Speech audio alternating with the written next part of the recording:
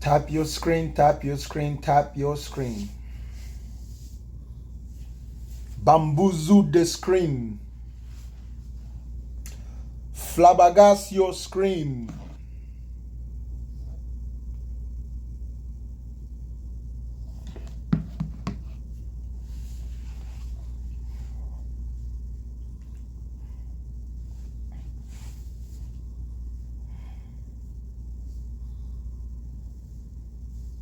God is imaginary.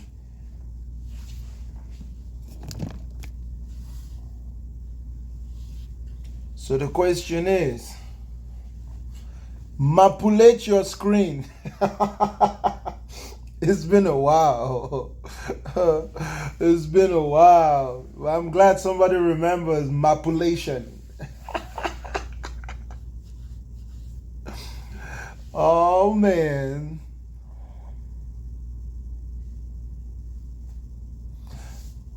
Life is not something that has a source.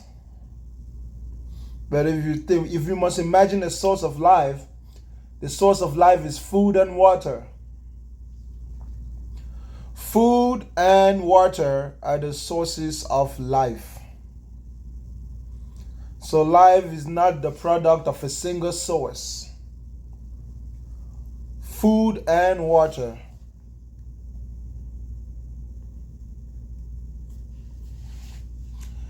Good evening to you, but it's good morning for me.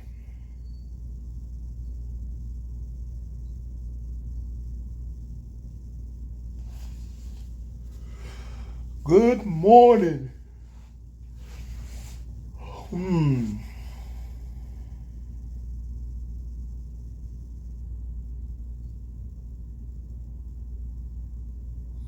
You forgot that food and water are the source of life?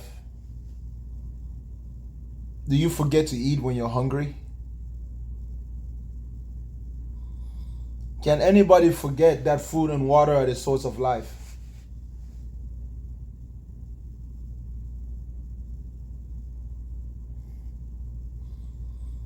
The reason why air is not like food and water is because you don't have to go anywhere to get air.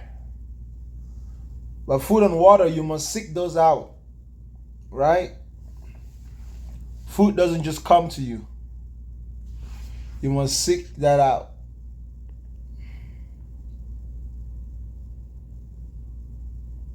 Oh boy. Let's hope that the trolls don't come in too early. So what about this God complex thing that you don't like? What is it? What's going on? If you don't know what's going on, bro, I can't talk to you. I put something up on the screen. Oh, wait. Well, hold on. We're just getting started. Why are you doing it for? Doing what? So what are you upset about? And who said I was upset? About? I mean, people like you are always upset. You don't know how to hold conversation. You're always full of assumptions, void of knowledge. Assumptions? Well, hold on. What type of person am I? You just assumed that I was upset. What am I upset about? Did I say I was upset? You're upset that people choose Christ over what you say, and you're mad about that. And that's the mind of an assumer like yourself, because there's nothing upsetting about it. Well, that's nothing assuming. I'm just going by what you said. Am I assuming by your... Are you upset by the fact that people don't believe in your God? Are you upset by the fact that I said your God is imaginary? Well, you would have to prove that. You can't just have a claim and not prove it, right? Are you upset? I'm not upset. Okay, good. No, why would I be upset? Why would you assume that somebody else is upset? Well, you sound like you're upset. And you sound like you're upset. No, I'm asking questions. Being upset, I could be yelling, but I'm not. So how do I sound like I'm upset? Because I was just minding my business. Do you know what? And you came up here to say something. Sir. You could have just ignored it. You're not minding, dude. You're not minding your own business when you're going live. You already know that you're gonna have opposition. You're not minding your own business. If you were you are not compelled to come up here. No, I did it on my own free will. Exactly, which because I do you're have. upset. And Upset about what? I'm just here to talk. About the fact that you don't like when people say that your God is imaginary because your God is imaginary. Okay, that's a claim. You don't have anything to back that up with. Yeah, what do you have? Let's have a decent conversation. You thought I was upset. Wait, whoa. So you're what's it called? Reflecting. Don't reflect. Don't run away from the truth. Don't run. You are supposed to be able to hold up this conversation. Because you came up and instead of giving us proof that your God is not imaginary, you started making claims that I was upset. Well, there was nothing that you said that was what. I mean, you started with me. I'm just wondering. I'm just here wondering. I'm not mad. What? Yeah, I'm pretty sure others are going to send a request following after me, no? Imaginary. Prove to me that your God is not imaginary. And in fact, that's not even the question. The question is... Exactly. That's not a fair question. You know you can't even do it. So why would you why would you ask me to do it if you why would you ask me to do something if you can't? Chill out. Like I said, no. Why would you ask why would you ask me to prove something if you can't prove it yourself? But I don't want to talk to well then don't have a lie. IQ. Stop talking when I'm talking, bro. Then you were doing it to me. Why are you talking about me? Feel free to drop. Respectfully, you can go. If you stay here, you didn't tell me the rules. And then you didn't tell me the rules. You get mad. You're getting mad over nothing. Why are you so upset? Brother, you sound upset. I'm not upset. No, we're not brothers. Listen, I would hate to call you a brother because we're not the same. I am now upset by the fact that you don't have common You are upset. courtesy. Okay, first of all, you didn't even tell me what the rules were. Okay, this is You're the just rule. yelling I'm at the me. host. What rules? You talk when I give you permission. Is it okay? You get it? Oh, that's the rule. Yeah, that's the rule. Okay. If you don't like it, you can leave. Oh. Why are you so upset? You're really upset. If you don't Why? like the rules, you can leave. If you ask me that question one more time, I will drop you. Why are you so upset? I asked you the question. This is why you can't talk to anybody because you're upset. But why are you upset yelling Where did your God come from? Answer the question or leave. You tell... Wow, see, this is why nobody wants to talk to you because you're yelling at them for no reason. Where did your God come from? Answer the question or you can leave. I know you don't know the answer, so it's not like I'm expecting you to tell me anything that makes sense. You can leave. So the question is, why haven't you dropped me yet? Where did your God come from? He's always been. I know that's not going to be a big enough answer for you. I'm already prepared for that. Answer the question and stop dancing around the point. I know you can read English. You read the screen. Answer the question. There's a question mark at the end of it. Oh, you're just a happy peachy guy, aren't you? You're mad. You're angry. You're upset. You're upset. This is the point of the game, right? They can't tell you where their God comes from. I don't follow your rules. I don't have to follow your rules. As soon as you ask them to tell where their God comes from, they start throwing accusations and start acting oblivious to the fact. Accusations? Where did your God come from? That's the only thing I want to hear out of your mouth, bro. One more chance. If not, I don't care what you want to hear. I don't care. And I don't care to talk to you. Oh, man. Oh, man. You see what I'm saying? But it's always good to start the show with one of those type of people, right? You read the screen. I've said request only if you disagree. And I said God is imaginary. So if you disagree with the fact that God is imaginary, then you ought to tell me where your God came from. It's just simple English. It's not complicated. You can talk normally. You know what I'm saying? Religious people have this assumption that if you disagree with them, you're upset. Right? Like, oh, you can't be normal if you disagree with us. It is true that religious people have controlled the narrative for a long time. But we live in 2024. It's no longer like that. We're going to ask you questions that you cannot answer. There is not a living religious person in this world that knows where their God came from if they don't know that it came out of their imagination. That's just how it works. If you don't know that your God is a product of your imagination, then you have no clue what you're doing with your life. You are the literal representation of a confused human being.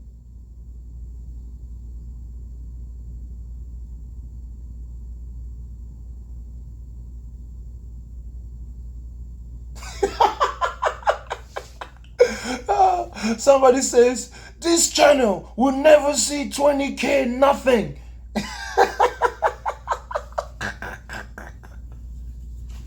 Listen, as long as you are here, we don't need 20K people. We only need you. So whoever you are listening to me right now, you and your religious brain, we only need you. We only need one. We don't need 20,000 people. We only need one confused religious person so we can take it one patient at a time. Because it is indeed a sickness. It's a sickness. And such people need help. But they don't know they need help. So you know what they do? They keep talking to their imaginary friends. Your help will not come from an imaginary friend, from an imaginary angel, from an imaginary God. Your help will come from people, real people.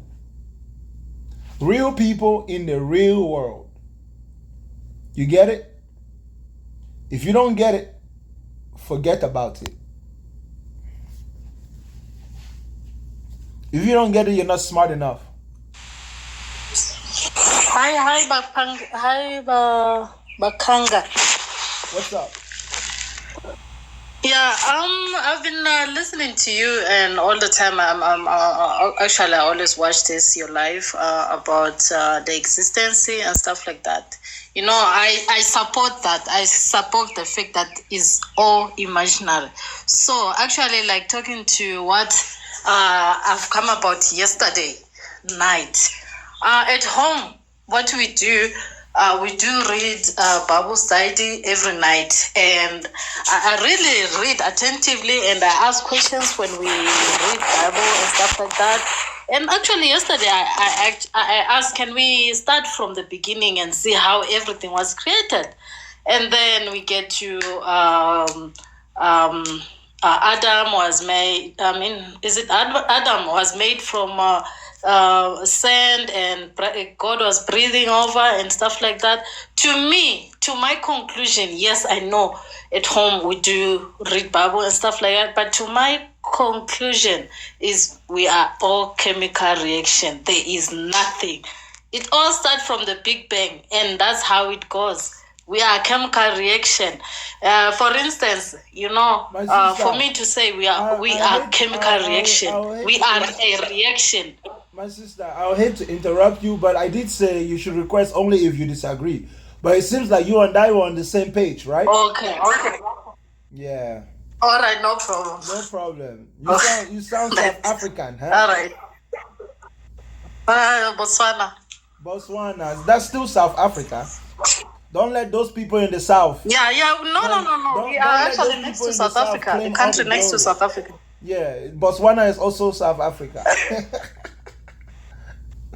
Okay. Thank you so much. Botswana is next to South Africa. South Africa is Thank you. Bye-bye. South Africa is also on the cardinal point. That just means the south of Africa. Yes. So you have the country South Africa. Yeah. And then you also have the region South Africa. And Zimbabwe, Lesotho, Yes. Namibia, Yes. Zambia, Botswana. Yeah. Those are all South African countries. Yeah. Just like we have West African countries. Yeah. You know? Yeah. Exactly. Thank you so much. Yeah. Yeah, actually, but my country is the best. Our country, Botswana, is the best, actually. Hey, I've heard that the women over there are enjoyable. Of course. I mean... Sorry, smile, sorry. Alright, go straight to your point, y'all, please. Go straight to your point. If you don't disagree, don't come up, please. What's up? What's going on, brother? Where did your God come from? I ain't hear you 1 second. I just was tuning in. I just tuned in and heard the last bit of y'all conversation, and I'm reading it. You say God is imaginary. Where did your God come from?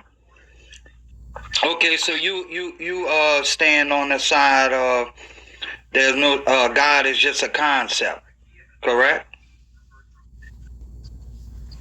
God is just a concept. It's not about me standing on that side. That's just what it is. Right. Okay, I was trying to find out what your stance was about. So, I don't have any stance. I'm just regurgitating the truth. Okay. Rhetoric. So, all I know is, the sun, the moon, and the stars, I know man can't create that. So I believe in it. You don't know that man can't create that? You don't know that? Well, who did it? If it's not man, who else could have done it?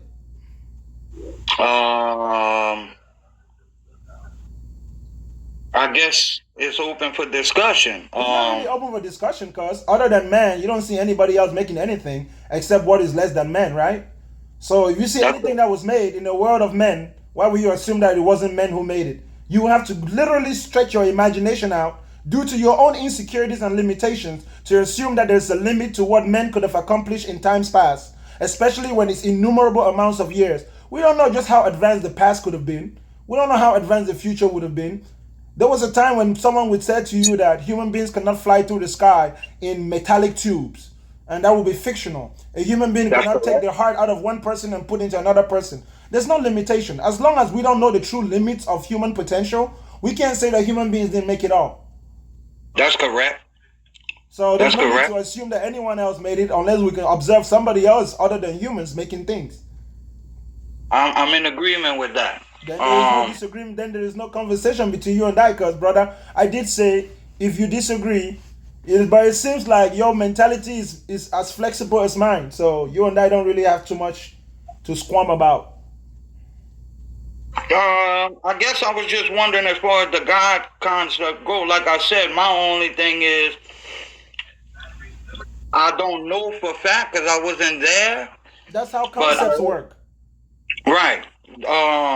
She said that, from the Big Bang Theory and all of that. Well, I don't agree with the Big Bang Theory. That's why it's also a concept. Right. That's correct. Ideas, right? They're all imaginary. Right. Okay, I see. So basically, did you were you born or did you come into like Christianity or anything like that? But you never did. Who can even be born into this world without being exposed to some religion? That's correct. I was just wondering which one. Yes, sir. Thank you for your time, my brother. Concept. We're on the same page. I'm gonna check you out, brother. For sure, brother. Later. Give a like. The brother's name does say concept, so yeah. So the brother's all about the concepts. He gets it.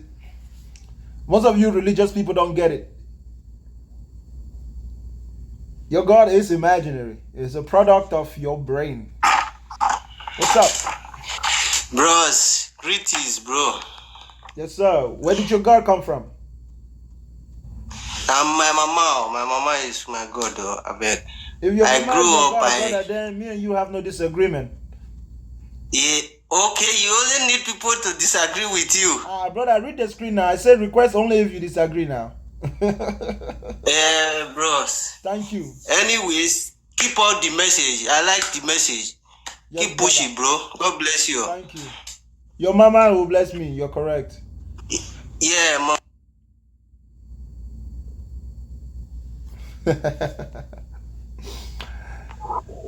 Your God is a product of your imagination. It's just what you think. Good morning. What's up, man? I'm good, and you? You can see I'm good. Where did your God come from? It's not for me to understand where my God comes from. That means that you don't know what your God is. No, your brain, our brain, we do not think the way God thinks. And if you do not think the way God thinks, how can you know that we don't think the way God thinks if you don't think the way God thinks? Because we are not creators. God also say He is the creator of everything, but God did not including say that. us. If you were smart enough, you would know that God did not say that. It was a man that told you that, not God. No, God told us that. And who told you that that man said that? When did God tell you? Who told you that man said that? When? In every day. Every day. When we don't think the way he thinks. Every day. When at what point? Give me the specific time. Okay. That God told you. At this moment. And right now. God told me. God is talking to you right now. At this moment, God is saying, right? Our brain is not the same as his brain. We don't think the way he thinks. So God told you we are not like him. So hold up, brother. God told you that he was a him. Because our brain doesn't think the same as his brain. His. You use the pronoun. Oh man. Oh yeah. It sounds like you're confused. Not me, bro. No. It's fine. Yes, him. We do not think the way he thinks. Where's him right now? Sitting right next to you, brother. Sitting right next to you. The fact that you are allowed to the fact that you're allowed to wake up this morning to give this argument. You said he was sitting next to me. Sitting means he is sitting on something. You are just an extension of him. You are supposed doubting Thomas. Like I said, doubting Thomas. You're just one of his express. Like I said, God is imaginary. God is not He's not imaginary. You are making all that shit up in your head, and you're just pretending like it's real. Okay. Let me ask you this. No. Let me ask you this. I'm talking. No. Hold on. Let me ask you this. Where did you get all your knowledge? I said, hold up. Where did you get all your knowledge? I said, hold up. Where did you get all your knowledge? If you say one more time, if God is imaginary, then do what you gotta do. Of course. You think I'm gonna hesitate? I don't have time. Why do religious people think that what are you? I don't have time, bro. Like, you could go and ask your pastor. Go and ask your grandmother. If you cannot answer my question, I'm not going to dance around with you. I know you're confused. If I hang out with a confused person long enough, I become confused myself. So if you come up here and you're confused, I just... What's up, James? What's up, brother? I'm going to just say, brother, you die, his actions don't. What? You die, his actions don't, which shows it is eternal. Damn, you just made that up in your head, didn't you? Like I said, it's clearly seen outside. When you die, guess what? You just made that up in your head. No, when you die, birds are going to continue to live. Humans will continue to live on. The sun is going to continue to shine. Rain is going to give forth. Plants will continue to grow from the earth. These are everlasting actions of his thoughts. But that has nothing to do with a God. You just assuming, which is a product of your imagination, that it has nothing to do with God. It's clearly seen outside right now. How nature works. Brother, so when you die, won't none of these things continue on? No, they don't continue on. So I guess when you die, it just stops, huh? Because when I die, that has nothing to do with you. When you die... I ain't say it had nothing to do with me. I said his actions. His eternal actions. There's no such thing as eternal actions. Yes, it is. Do you even know what eternal means? Yes, simply, brother, the sun is a product of being eternal. No, the sun is not eternal. Don't look like it ain't to me. What does eternal mean?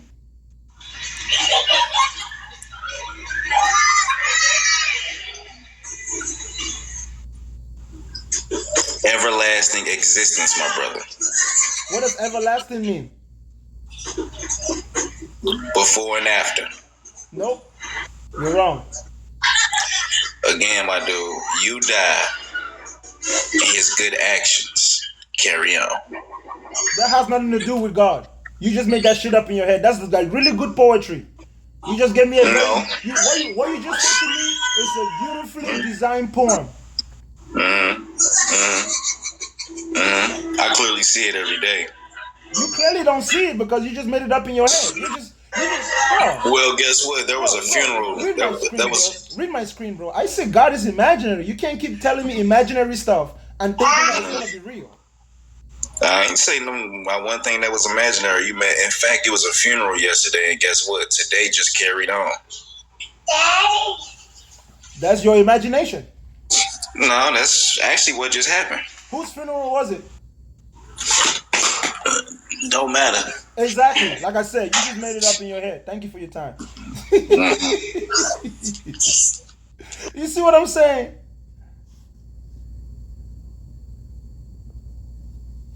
Where did your God come from? You guys can't answer the simple question. You don't know the difference between imaginary things and things which are not imaginary.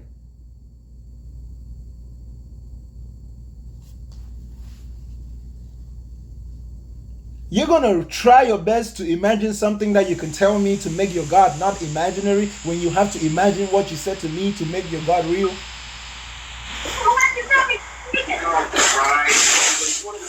What's up, man? What's up, man? Where's your God come from? It come from my imagination. Well, me and you got no argument. But I do, though. What's your argument about? Because even though it's imaginary is still in existence. You saying it like imaginary just don't exist at all. Like everything you see. I mean, it's like Superman. It's like Superman. It means if you don't make it up in your head, it ain't real. Listen, everything you see started in somebody's imagination first. That chair you sitting on, somebody had to think of that first. False. And then they made it. It started in the head first. False. So you telling me imagination is not real? Imagination is not real. I just gave you a example right there. How can you say it's not? Because this chair is right here. It's not in somebody's head. But it was, though. No, it wasn't. That's where it starts. Everything starts in your head first. You can't deny that. It was a tree before someone had the idea of a chair. It was a tree, wasn't it? Yeah, what's that, Doctor? Bro. It's made out of wood. Isn't it made of wood? Isn't the wood coming from the soil? That don't start in nobody's imagination. You just gotta understand how nature works. If you wanted to draw something, that gotta start in your head. Pencil on a paper, if you draw yourself, it had to start in your head first. Sure. It had to start somewhere. Sure, but the drawing on the paper is not the drawing in my head. It starts in your head, is what I'm telling you. It doesn't start in my head. It starts the moment that I draw it on paper, not in my head. What's in my head and what's on paper is two different things. you just not getting it, bro. Real, what's in my head is imaginary. Yeah, it's imaginary. And the dimensions in my head are not the same dimensions on paper. It still exists, though. Like if I wanted to build a bike, and I got this thought in my head of what my bike gonna look like. Have you ever built a bike? And then I produced this bike. Have you ever built a bike? Dude, I'm giving you an example, man. That's what I'm saying. You have to imagine what you're saying to me right now. That's imaginary. You're just making it up in your head. Exactly. That's my point. That's what I'm saying. You got it. Where do it start from? It starts from nowhere. It starts from nowhere. Yeah. So in your head, it's just smoke in your head, just plain nothing. Just smoke. You see nothing. And nothing. You must be one of them people who don't think. Yeah. Like you don't have an inner dialogue. Yeah. You one of those people. Yeah, I'm one of those people. I can tell that now. Yeah, cool. I can already tell. Yeah, you're so dense. You think I'm bothered by what you imagine in your head? I know everything you're telling me is in your head. So you can say I'm whatever. It doesn't bother me. Nah, I ain't trying to bother you, bro. I ain't trying to bother you. I'm just telling you what I see. Exactly. Of course, you're gonna tell me what's in your head. And what are you telling me? Nothing. I know. Thank you. You telling me nothing. Yeah. And you're telling me some shit you made up in your head. Right. It's something that I can produce, though. Oh, have you ever produced the bike from your head? Yeah. I can. Now, not only are you an imaginary person, you're a liar. I can. It's like you don't get this. You don't get this simple. You don't get that simple concept, bro. Bro, it's crazy. You said to me that I'm telling you nothing, and yeah, you're the one. And you said, I say, what you telling me now? Nothing. So no words is coming out your mouth right now. You not telling me nothing. Nothing. Okay. I digress, bro. Thank you for your time. Yeah.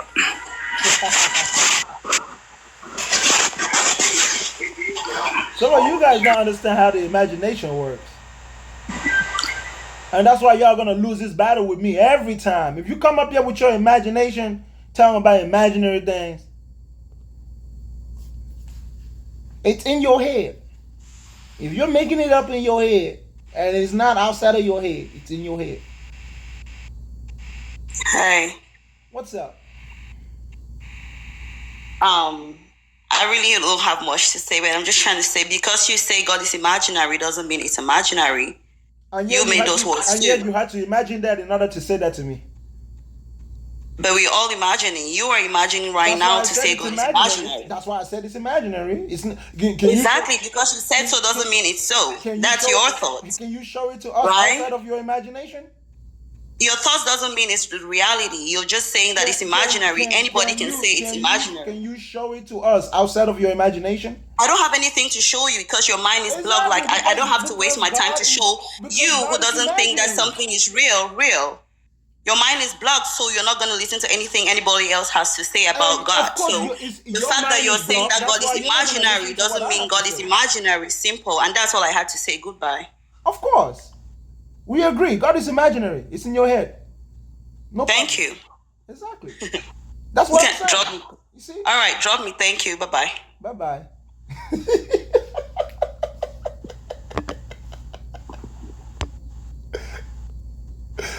Your God is in your head. That's all I'm saying. Where did your God come from? If your God did not come from your head, where did it come from? You see what I'm saying? You see what I'm saying?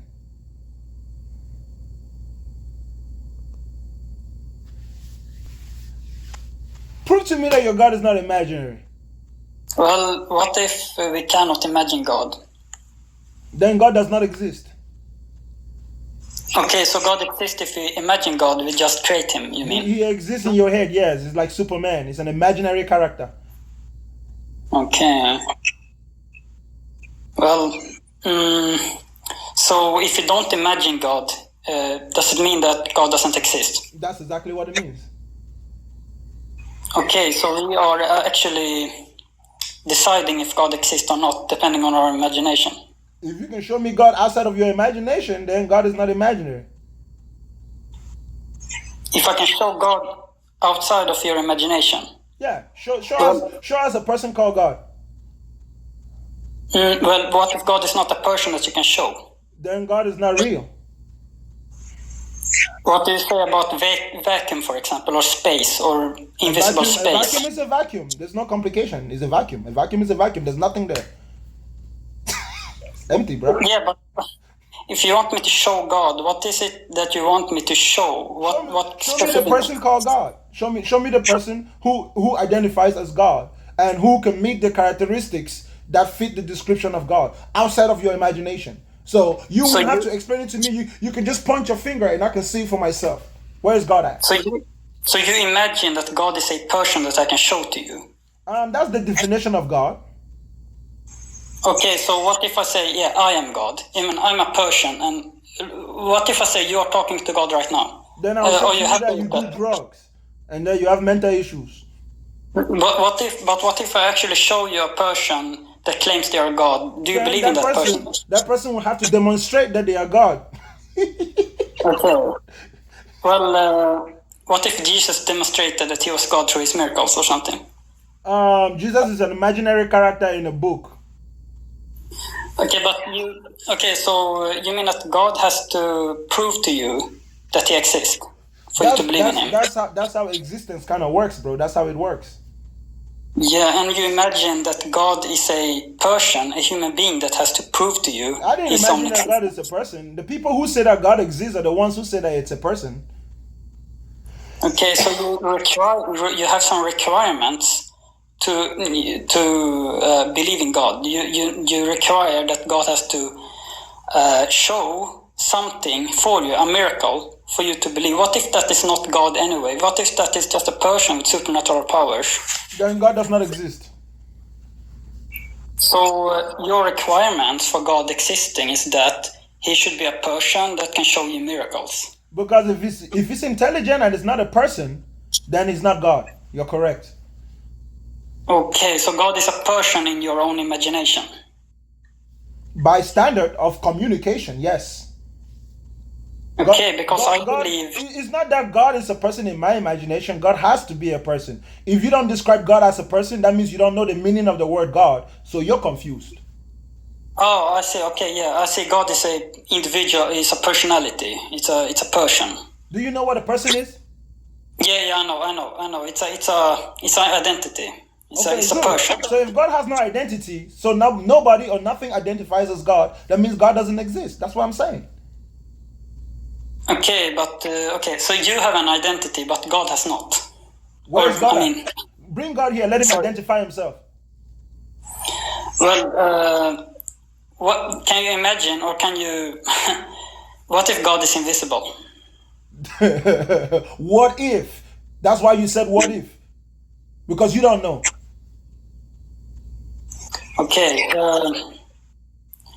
Well, if you knew, you wouldn't say what if. You would simply say God is invisible. But if God is a person, do you have any? Well, do you think that God would be... Okay, bro. It's a tough situation. You're trying your best to do it without imagining, but all you can do is imagine things in your head.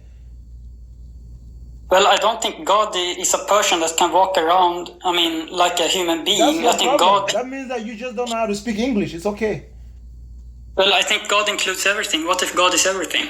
Not just one person. That just means that you don't understand the world. What do you say about the quantum level of reality? Those are all ideas. Yeah, we can't really explain that anyway. Those are just ideas. Yeah, I see what you mean. Well, anyway, I think I'm done here. But maybe you have someone else that can. You were done before you started, brother. Thank you for your time. Thanks.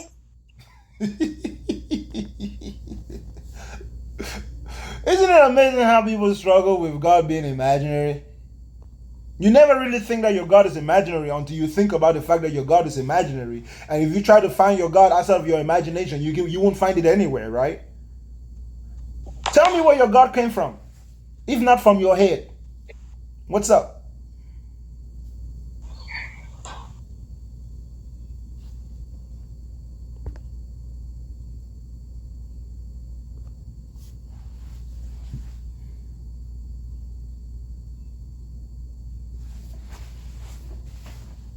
If you want to debate me, send a request. Yo. What's up? How many witnesses? What's up, bro? Now I was just gonna say, I was gonna say, that there's only one truth, right? And I don't feel like it's out for denominational confusion or anything like those books offer. And that truth is creation and the cosmos and life. You know what I'm saying? That's the only truth. You know what I mean? That's all I'm saying. And the creator is in his creation, in the perfection. So I just try to live and build in harmony with creation, because creation is perfection to me. That's all I'm saying. New York City is hit with another blackout. I just want to get that out there. All right, brother. All right, thanks, brother. 35 broad.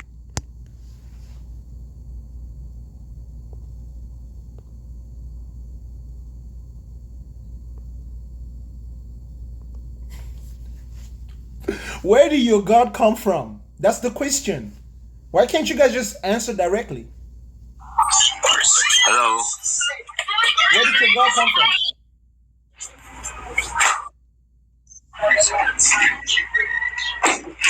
Why does everybody have noise in their background? Can I ask a question, brother? I asked you the question. Where did your God come from? You didn't answer my question. Okay. I answer your question. Okay. I believe there's still God.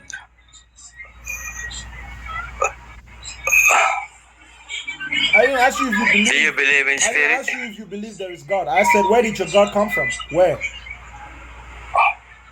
Huh? Where did from God? Where did your God come from? Oh, from the above. Above where? And you? Oh, where? Above where? Above. Why? I ask you, brother, one question. Where did your God come from? What is your religion? Where did your God come from? You said from above, like from the sky? In my dream, in my spirit. Do you believe in heaven? Next guest.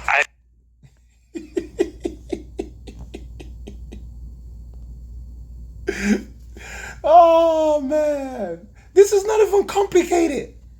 Bakanga. Yes, sir. Where did your God come from? My God is an energy. It's a positive energy. Where did your God come from?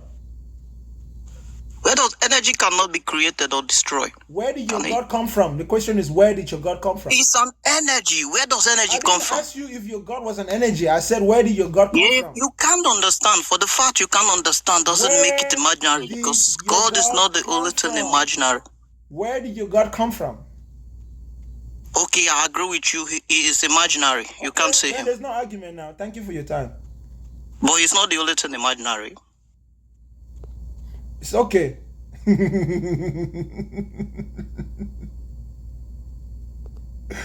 Come on. I didn't ask you what God is. I said, where did God come from? The question is where? Where? Focus on the where, not the what or the who or the how. Where? What's up? Hello, what's up? How are you, man? Where did your God come from? Well, I would say I would just follow the last guy who just said God is energy. Well, I didn't ask you what God is.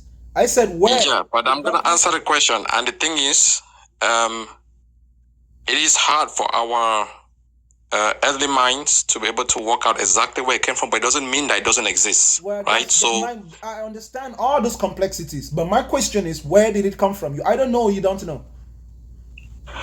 Right.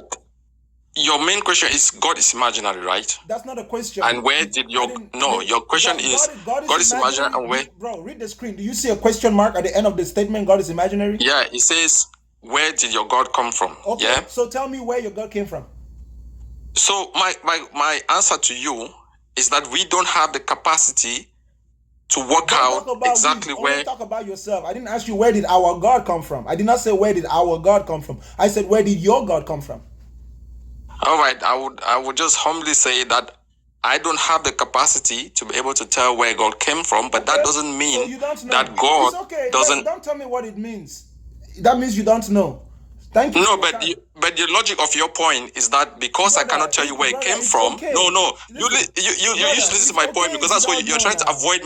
No, man, you're trying to avoid something I'm going to tell you now, right? It is okay if you don't know. My question has nothing to do with what you're talking about. My question was simply, you tell me where your God came from or not. No, but your logic is that if I cannot tell you where, no, but man, your logic is that if I cannot tell you where God is coming from, it means that God doesn't exist, which is a lie. Your logic is that if I cannot tell you where God is coming from, means that it doesn't exist, which is a lie. That's not logical, my man. Don't try to trick people. What you're trying to trick people to do here is to say, okay, since people cannot tell you where God is coming from, it means that it doesn't exist, which is a lie. You know, you're trying to use that logic, which is... It's all your imagination. The moment you say you don't know, anything that comes out of your mouth, you're making it up in your head. That's my point. You guys are proving my point. If you don't know if you tell us where your God came from, we're gonna go look for it ourselves. So you don't really need to say much. Ishe. Yes, brother, how are you?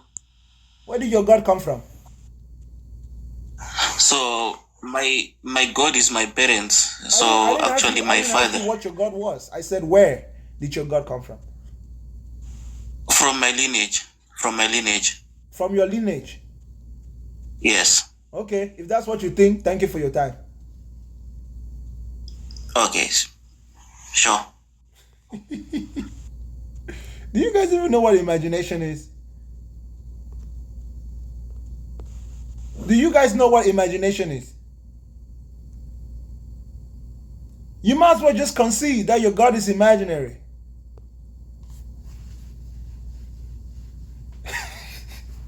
You might as well just agree with me that your God is imaginary.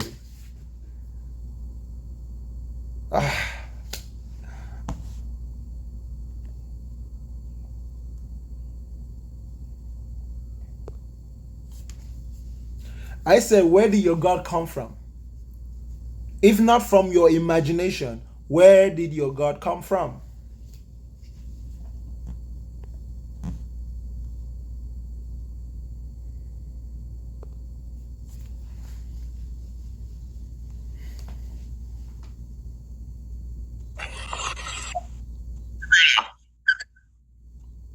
Hello? Yes, sir. Where did your God come from? The whole universe. Where did the universe come from? The universe come from God. So God came from the universe and the universe came from God. You have an amazing imagination. You have a great imagination. Thank you for your time. So why you cut me out so quick?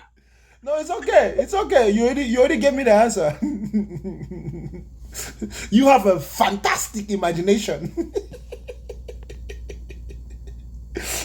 Oh man. I said, where did your God come from? From the universe. Where did the universe come from? From God. What a bombastic imagination. What's up, man? Yeah, man. How you doing? Where did your God come from? Everywhere. Where did everywhere come from? Everywhere. I don't know where everywhere, but everywhere I go, God is. So you don't know where your God. You know that your God came from everywhere, but you don't know where everywhere came from. Everywhere I go. If I go to Walmart, if I go wherever I go to shopping, wherever I go, I driving, wherever God came from there. Brother, stand up straight. Yes. You're going to graduate today from the School of Imagination. I'm giving you a license as a professional imaginator. Thank you for your time, okay? But I'm giving you the answer, right? You're giving me an imaginary answer. Of course. No, I don't. I don't know imagination. I don't know. I don't say about imaginary. You said to me that your God comes from everywhere. You told me I'm in imaginary, but I told you my Shaban, God came from everywhere. Shaban, your God came from everywhere, right? Yes. Have you been everywhere? Yes. You've been everywhere? Yeah, I've been everywhere. You've been to the moon? I don't know the moon. You know it? But if you know it, it's there, right? Hold up. You don't know the moon? Yeah, I know. Have you been there? Yes. You've been to the moon? Yes. Brother, not only do you graduate from the School of Imagination, you are graduating from the School of Mental Issues. So what do you mean?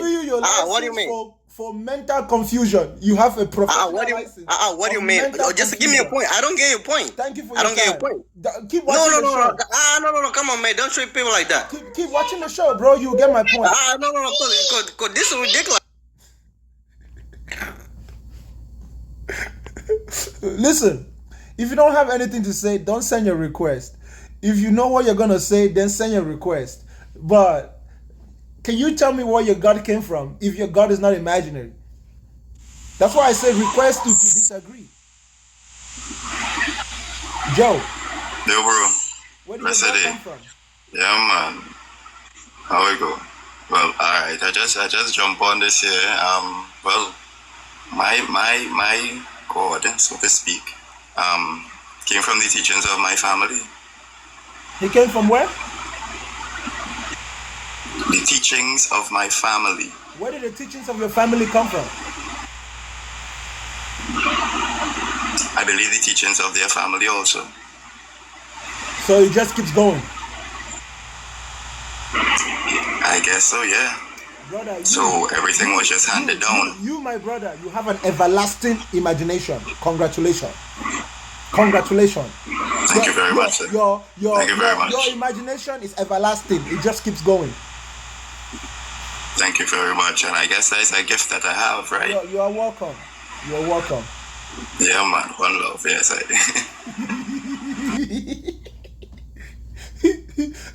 So he's not disagreeing with me that God is imaginary. I said if you disagree, send your request if you disagree. Right? So if you agree with me that God is imaginary, then we have no argument. You can make up anything you want to make up in your head. But if you don't think that God is imaginary, then you have to demonstrate to us that God is not imaginary.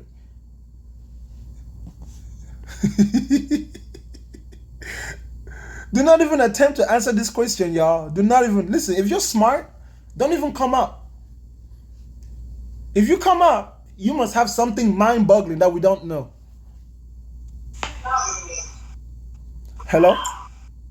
Hey, what's up, bro? Where did your God come from? God has always been there, bro. Your God has always been there? Yeah. How do you know that? I just believe. How do you believe? So what? How do you believe? How do I believe? Yeah.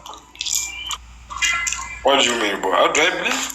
You just make it up in your head, right? you just make it up in your head and then you believe it. Bro, let me tell you something, bro. It's not even fun, bro, because you are just mocking God, bro. But it's okay, bro. I'm mocking God. I just said to you that God is imaginary. Yeah. And you have just proved to me that God is imaginary. God, you say you just believe. Can you believe without using your imagination? Well, let me tell you something. Brother, can you believe without using your imagination? You say what? Can you believe without using your imagination? Hell no. Exactly. Thank you for your time. That means God is imaginary. But please stop doing that shit, bro. Stop doing what? All I did was ask a question. Where did your God come from? That's the question. Hello. Hello. Where did your God come from, Christian? Do you have anything better to do with your day? Like, is there any other topic that you can do? Even though there isn't, and we all know there isn't, because you're making God a topic of your thing. He loves you, and I hope that you repent and come to Christ and see that everybody on this live is not against you, that we love you. So at the end of the day, I'm going to get off because I have better things to do with my day. God bless you. So you're just going to ignore the question? God bless you. At least you agree with me that your God is imaginary. That's why you didn't want to answer the question. Listen, my point is that God is imaginary. It doesn't matter what you say to me. If you're not going to demonstrate that your God is not imaginary, then your God is imaginary and we agree. I'm not fighting with you. All I said was that God is imaginary. And it's okay if your God is imaginary. You're the one who has a problem with your God being imaginary, even though your God is imaginary. You made it up in your head. It doesn't matter how much emotions you use to talk. It doesn't matter how sincere you are. It doesn't matter how good your intentions are. It's freaking imaginary. You are making that shit up in your head and we know it. Stop pretending like you're not making it up in your head. You are making it up in your head. And you like to go to places where people are making shit up in their head, just like you too, and pretending like it's not in their head. That's my point. My point is that you are making it up in your head.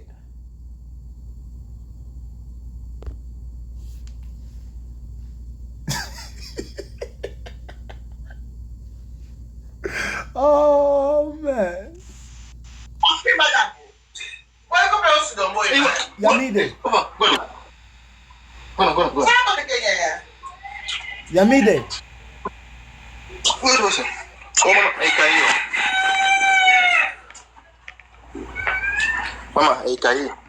Even that rooster has an imagination.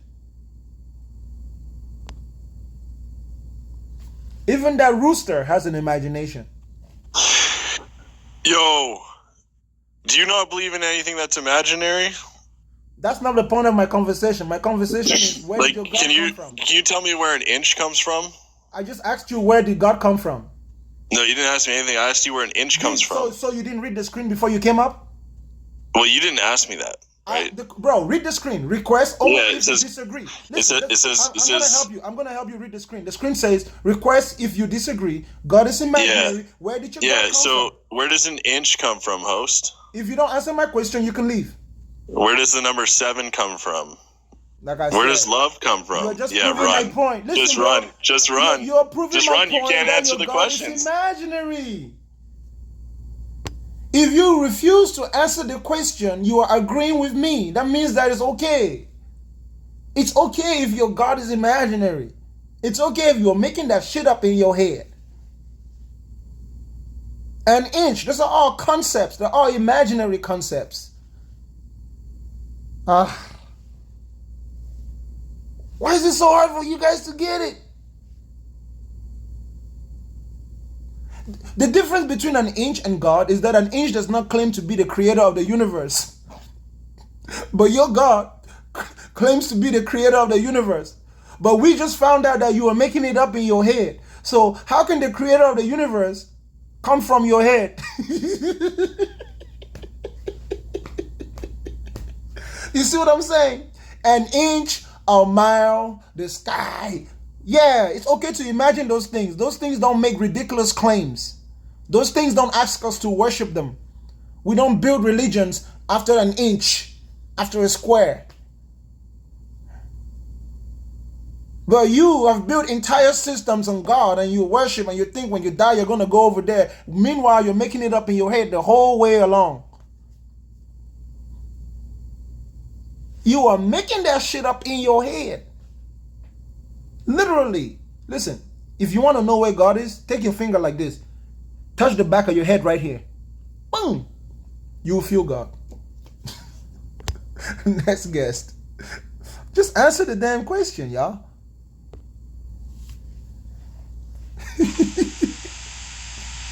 Hey man, what's up?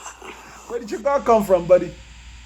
Well, no, I just wanted to say this. Like, I agree with you that God is imaginary because that's how the faith of God is set up, believing in what you can't see. But I don't think God came from, I can't tell you where God came from. But I don't think it's a bad thing that I don't think it's a bad thing that you're saying he's imaginary. Because I mean, that's what God said the faith in him is like. Hey, just like Superman, just like Santa Claus says to all the kids to be good. Yeah, so I'm just saying that I don't think it's derogatory that you're saying it's like imaginary, or that you're saying it's make believe. It does come from your head and the text. Exactly. That's all I'm saying, bro. You got it. Thank you for your time, bro. We're on the same page. You have a good day, bro. Yeah, for sure. You see, it's not that complicated, y'all. Some of you guys are just emotionally triggered. So you don't think that your God has any value to you if your God wasn't in your imagination. You are making that shit up in your head. You might as well make it as a goat, a dog, a pig, a fly, a butterfly. It can be anything in your head. The point is that you are making it up in your head. What's up?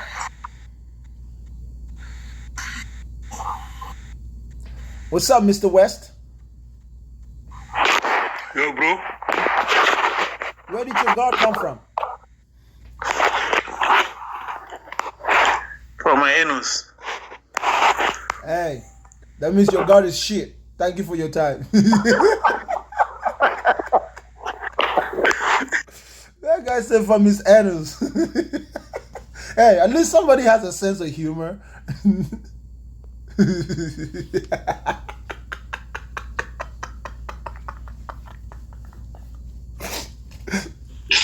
Hey, Baganga. Where did your God come from? Bro, I want to tell you, but now you make it specific. Huh? My God come from Africa. Can I tell my God? Where did your God come from?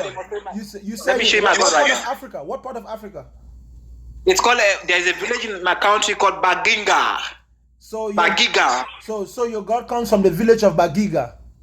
Yeah. When did your God get there? Well, he created the village, and we don't know how we get there. Oh, so you don't know where your God came from? No, I know that he came from there. You know he came from Bagiga, but you don't know where he came from before he was in Bagiga. Yeah. So you don't know where your God came from. But I can't tell you. Me know where he came from. He came from that Bagiga village. You know where you met him at, but you don't know where he came from. Bro, let me make this simple for you. There is no fucking God there. Thank you for your time. Ah, damn, man. It's okay if God is imaginary. It's okay. There's no harm. No one is harmed by the fact that you are making it up in your head. Why are you ashamed that now we know that you are making that shit up? We know you guys go around just making shit up and pretending like it's real. We know it's a mental illness. Hey, look, what you're saying, everything in the world contradicts each other, regardless of what you trying to put out there. I know you're trying to say God is imaginary, but everything comes from a thought process, right? So coming out saying that God is imaginary, but God is real, because at the same time, God is just the guidance of direction. So your intentions make your own God. That's why everybody has their own God. But look, So in a nutshell, bro, what you're saying is that God is imaginary. God is me. Yeah. But in a nutshell, what you're trying to say is that God is imaginary. No, God is me. So God is not imaginary. No, God is me. God is me. You imagine that God is you. You can see me. You can see me. Yeah, I can see you, but I don't see God. I see you. You're not God. How you know that? I just told you I'm God. Yeah, I just told you that. You created the universe? Yes. Brother, you, not only is your God imaginary, your God has mental issues. Hey, what does yours have? God does not exist to me. But you can't explain how you exist on this planet. You can't explain how you exist. How'd you wake up this morning? It's okay. How did you wake up this morning? Explain how you woke up this morning. You can't explain it. I can't explain how I woke up this morning. You don't have. That's not the point. You don't have that power to say that, bro. Today's conversation. The point of today's conversation is God imaginary or not? No. Where did your God come from? Your God comes from your insides, bro. It comes from your inner tuition. Your inner tuition. Your inner tuition is what part of your body? Your brain. What's your brain do? Imagine, right? Your imagination. So your God is imaginary. But your imagines come to reality by your hands. Your thoughts become words. Your words become actions. Your actions become ideas. Your ideas create what's around you. You goofy, bro. How you get a shirt? Your idea. Who made the shirt? Your idea. That idea came out of your head. And then that idea came out of fabric. And that idea came out to be in existence. Ideas don't come out of their head. Ideas dwell in their head, and then they inspire actions out of the head, right? Things that happen in the world. Hold up, listen. Which makes you God. Which makes you God, goofy. It makes you God. You sound stupid, bro, because somebody else can't create what you create. You stupid, bro. But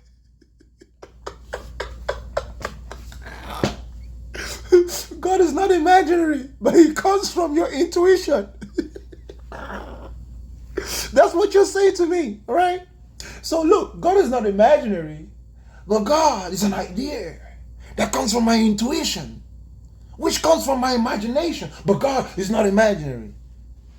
You are a walking confusion. You have a license in the art of confusion. I'm giving you your certificate of mental issues. You, my friend, have graduated from the University of Mental Disorientation, mental misrepresentation, mental misconceptions. Your imagination is confused. Next guest.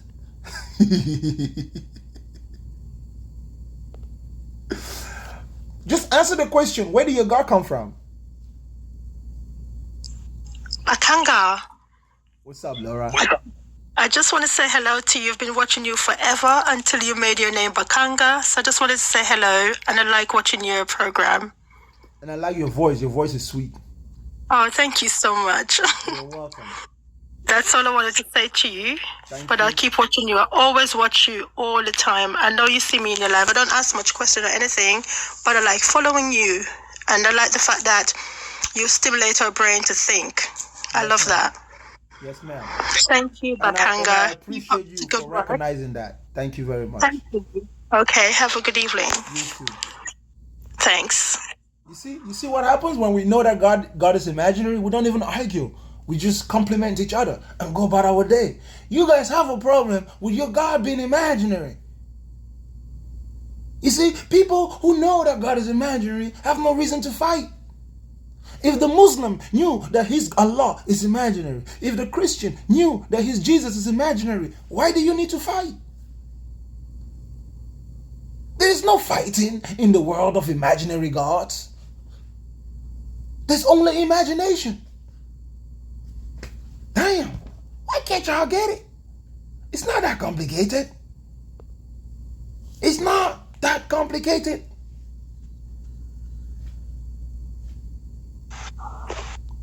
What's up, Pink? Hi. What you got for me? Where did your God come from?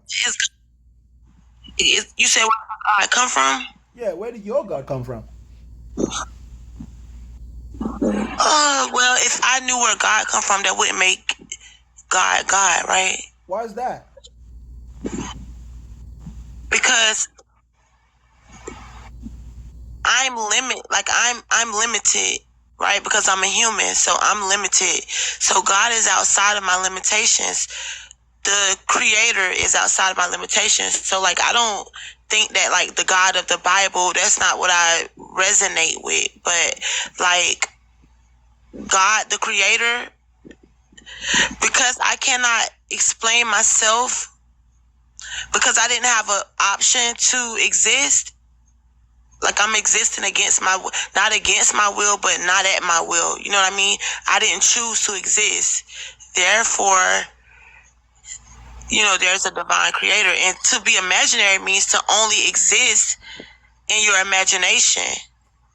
Like everything you just told me, Pink. You have to imagine all of what you just told me. Because you don't know. Like you said, you're limited. So you have to imagine it. But I don't have to imagine my existence. Well, because we can see your existence without you talking to us. But can I explain my existence? Like, if I know where God come from, I would know where I come from. Your existence doesn't require explanation. It's observable. Independent of explanation. So did you choose to be here? No. So why are you here? Because I am.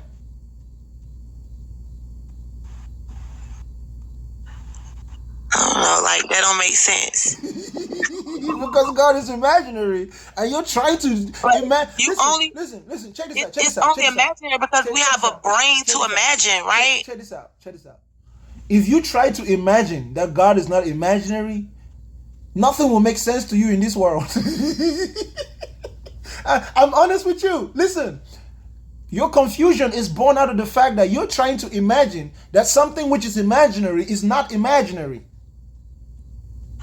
But it's only imaginary to you. Like, it's only imaginary to the human, right? Because anything could be imaginary if we haven't physically seen it yet. That doesn't mean that it don't exist. It's not about if we haven't physically seen it yet. We're never going to physically see Superman. Like I haven't been to California. California is only imaginary to me, but that doesn't mean that it does not exist. It's only imaginary because I have not experienced it. You can go to California right now. I can buy you a plane ticket and you can fly to California right now. Tell me where your God is at, and I'll buy you. But until I've made that come to pass, it's only imaginary. No, it's not only imaginary. To me, yes, it is, because I have not seen it. That's not how it works. Okay, when something is independently attainable, outside of conception, outside of imagination, outside of idealism, right? A place where you can go to is not imaginary if you can go in that moment. You can go and test it out in real time. Like right now, there's one way you can prove that California is not imaginary. Just buy a plane ticket and go to California right now in real time. Until I physically, but you're contradicting what you're saying. Until I physically make that happen, it only exists in my mind. That's imaginary to only exist in your mind. Let me ask you a question. Have you ever seen the Hollywood sign? In person, no. You've never seen the Hollywood sign through television? Through television, yes. Okay. Did you have to imagine that television to be there, and do you have to imagine those images on the television for those images to be on the television? No. Exactly, because that's independently observable. You understand? We have ways of communicating. It's all about communications. We have ways of communicating reality independent of imagination. Just like you can leave your house and go to California, you can turn on your TV and see California in real time. Can you turn on your TV and see God in real time? You cannot turn on your TV and see California in real time. Yes, you can. That's television. It never will be in real time. That don't make sense. Hold up. What is it called? Television. Do you know what the word tele That's means? not real time. It's television. You have to learn what these terms mean. It's not real time. If you watch the news and somebody is there, they are there in real time. You're not. Sister, what is California? What do you mean? Is that a rhetorical question? No, that's not a rhetorical question. What is California? I don't understand what you mean. What is California? Are you asking, is it a state? Is it a city? What do you mean? I'm asking you, what is California? It's a place, right? Yes. Do you have any doubts that California is a real place? Rather it's a real place or not, I have not experienced it. Pink, I'm trying to help you out. You only saying that it's a real place because somebody experienced it. Pink. Do you have any doubt that California is a real place? No, I don't have any doubt that California is a real place. Why not? Because somebody I personally know experienced it. And can you experience it? I can't prove unless I experience it that it's a real place. Pink. Can you go to California right now if you chose to?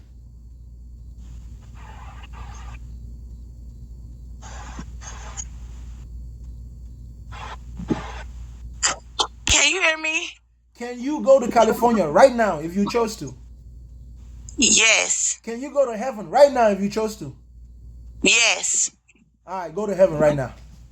Depending on what your perception of heaven is, and mine is, you won't let nobody talk. You know, your mind is already set in stone, so you already have your argument put together. So because you don't believe it exists, I'm telling you that California exists because I believe it exists. No, you don't. Because somebody else. Have you been to California? If you have to believe that California exists, when you can just go to California. I have not been there. I have no choice but to believe it exists. What do you mean? You can go there without believing that it exists. You can totally catch a flight right now to California without ever believing that it exists. Have you physically been to California? Is what I'm saying. I live in California.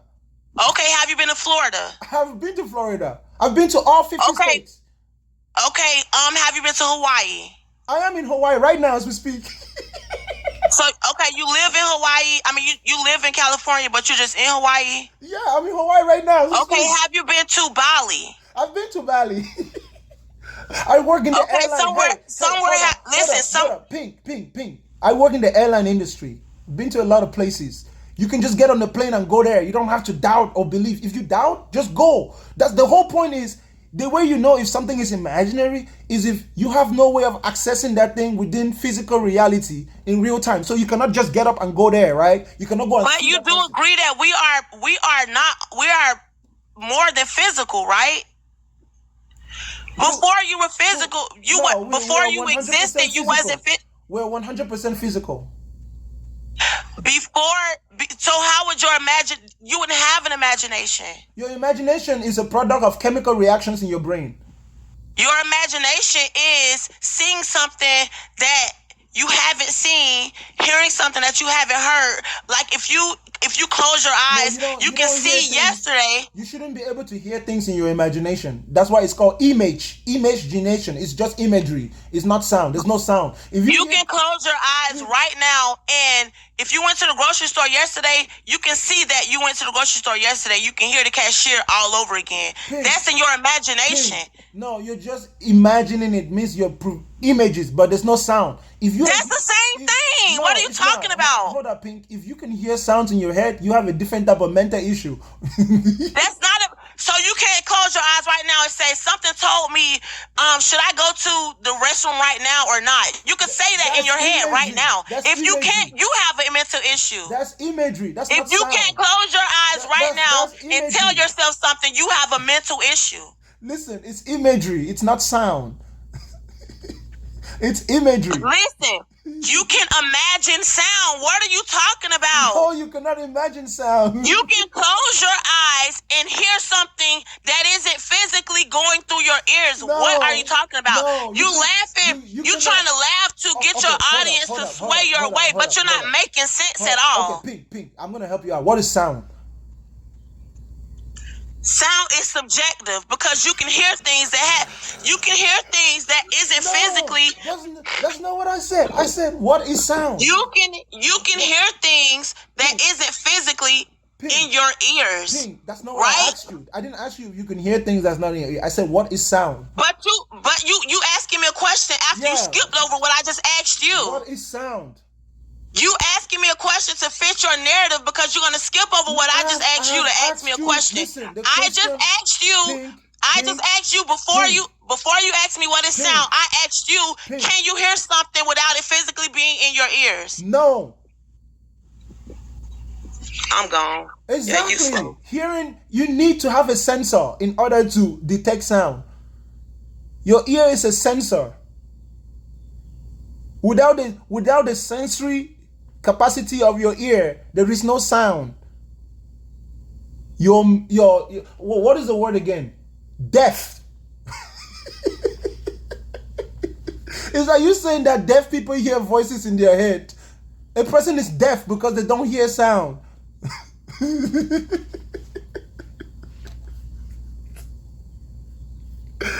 God damn. You know, when you don't understand how the physical world works, you go around imagining shit to be real, which ain't real. She just said, can you imagine sound? You cannot imagine sound. Sound is not imaginary. You must hear. You must detect that sound. If not, you cannot conceptualize it.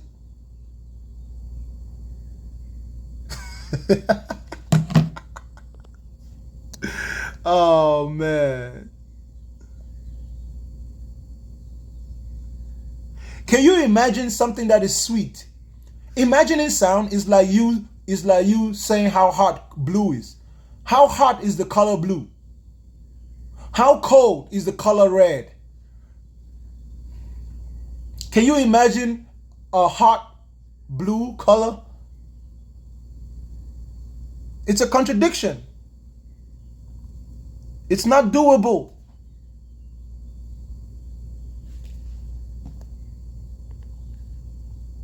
You cannot imagine how a gun sounds.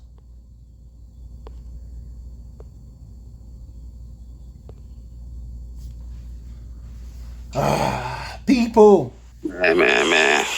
Bro, I'm back again, but check this out, bro. So look, you know how God sent down his son in physical form, right? No. I'm just saying, just go off of, I know you're saying no because you probably don't believe it, but no, God sent down Jesus. Bro, I don't want to change the topic. I want us to talk about... No, it's the same. It's about imaginary. Bro, hold on. That's what it's about. So you and I already agree that God is imaginary, right? But look, yeah, I agree. Okay, but look, when he sent down Jesus, Jesus walked with the people, and Jesus could be felt and seen when he was here, or if he ever was here, and Jesus didn't have to be imaginary. God is always imaginary. God knows that, so God sent down a physical form of himself. How is Jesus not imaginary if there was no letter J 2,000 years ago? Look, do you have any parents or grandparents that passed away? How can Jesus not be imaginary if there was no letter? Because Jesus was said to walk this planet and the land, you know, just like we do. So you're saying that there was somebody in this world called Jesus 2,000 years ago? Yeah, it's probably somebody in this world called Jesus 100 years ago, or yesterday, or today. Oh, you're talking about Jesus from Mexico. Sure, it could be, but I'm talking about Jesus. This has nothing to do with look, bro. Jesus was a person. This has nothing to do with my conversation. But it does. Look, you said God is imaginary, right? I said God is a thought. When you think of God, when most people think of God, they see the face of Jesus. Give room for other people. Give room for other people. Let's hear what other mentally ill people think. This is a battle of who is more. This is a competition to see who has more mental issues than the other. What's up, bro? Yeah, Bakanga. Where did your God come from? Came from nothing. Your God came from nothing? Yeah. Where did nothing come from? Nothing had always been nothing. No, I didn't ask you if nothing has always been nothing. I said, where did it come from? It came from nothing, just like the nothing came from another nothing. So nothing came from nothing? Yes. You, my brother, you have a very vivid imagination. Congratulations, okay? Your imagination is vivid. Good one. Okay, Bakanga. Good one. Good one. That's a good answer. That's a good answer. That's a good answer.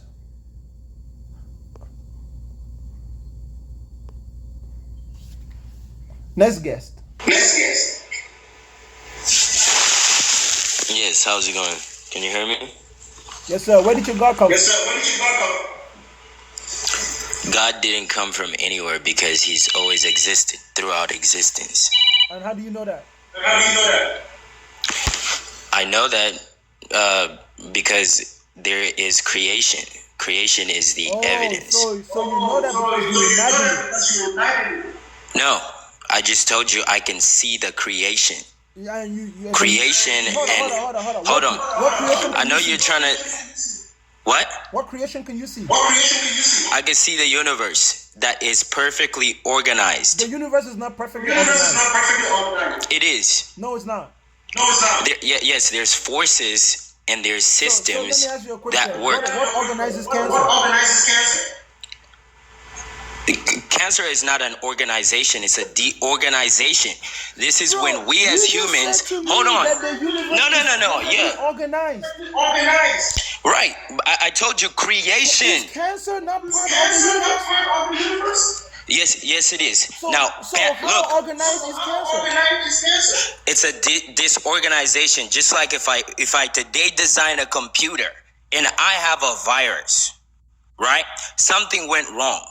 Cancer is happening because something went wrong in the design. Wrong, that means that it's not perfectly organized. When something is perfectly organized, nothing goes wrong. No. Look, listen. You're trying to trap me into saying that if God is real, that means the world had to be completely perfect without sickness, without disease. No, that's not what I'm saying. No. Yeah, it can't be a point in a world with free will. Hold up for me. You said to me. Bro, do you have headphones on? Yeah, hold on.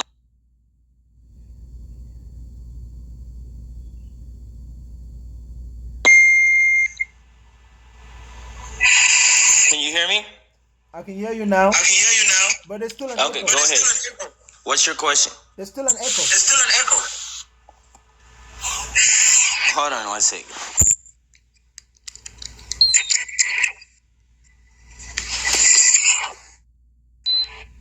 Hello? All right. There's no echo anymore. Now, this is what you said to me. All right. You said to me that you can see the universe and it is perfectly organized. Did you not say that? I did say that. I didn't mean it, however, how you're trying to take it. When something is perfectly organized, it cannot be disorganized. You're right on that, but that's okay. So that means that you are making. You're trying to cut me off. No, let me talk. Hold up, bro. You gotta let me talk. Hold up, bro. It's not about letting you talk. You can't just run off my point. I'm not running off your point. I'm trying to prove your point. I'm only trying to have you let me prove your point. Mutale, you said to me that you can see that the universe is perfectly organized, and yet in the same sentence you said to me that cancer is a disorganization. That's a contradiction. You know what that means? That means you are making it up in your head. It doesn't matter. Do you know how that works, though? It doesn't matter what you say to me. You are imagining it. Right. No, I'm not. You know I'm not imagining it. Listen. Yes, the world, imagining it. Give me a chance to speak. If you were not imagining it, you would know that you cannot have a perfectly organized universe if you have the disorganization of things like cancer. You would never have made that statement if you were not making it up in your head. You are making that shit No. I'm making that statement because we live in a created universe with free will. How do you know that we live in a created universe? Because I can see things that exist, right? Have you ever seen the universe being created? Did you observe the universe being created? Look, we could go, however, with science, we could go back to the Big Bang, right? We could go back to the Big Bang No, I did not observe the universe being created because I've not existed through time, bro. Hold up, bro. Did you see atoms get created? Did you see atoms get created? The universe being but through logic and you thinking, cannot say right? to me We that got the to the universe point was in history where we. If you did not see the universe being created, you cannot say to me that we live in a created universe without imagining it. That's my point. My point is that it's all imaginary. My point is that it's imaginary. That's my point.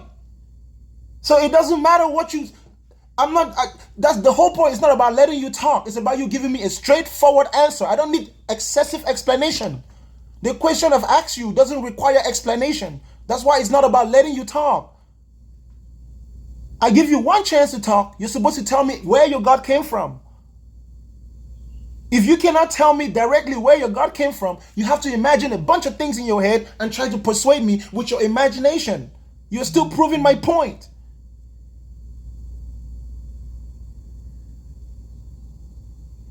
Bruh, how is this so complicated for you guys to get? I don't care if you think we have free will. You are making that shit up in your head. The moment you said to me the universe was perfectly organized, then I asked you about cancer. You said that's a disorganization. You are confused. That's a mental issue. I'm not telling you not to believe what you want to believe. You can believe what you want to believe. My point is that it's imaginary. You are making that shit up in your head. It's okay if you are making it up in your head. And if it's okay that you are making it up in your head, that means you and I can agree. There's no need for us to argue. Because I know I will never be able to argue with what you're making up in your head. That's a reason why it's your imagination.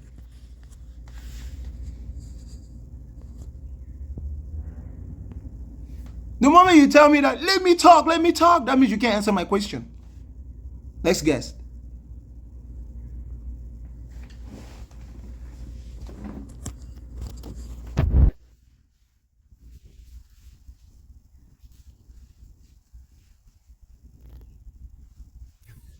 Satori. You're like a ghost, Satori. Jebulani. So who is our creator?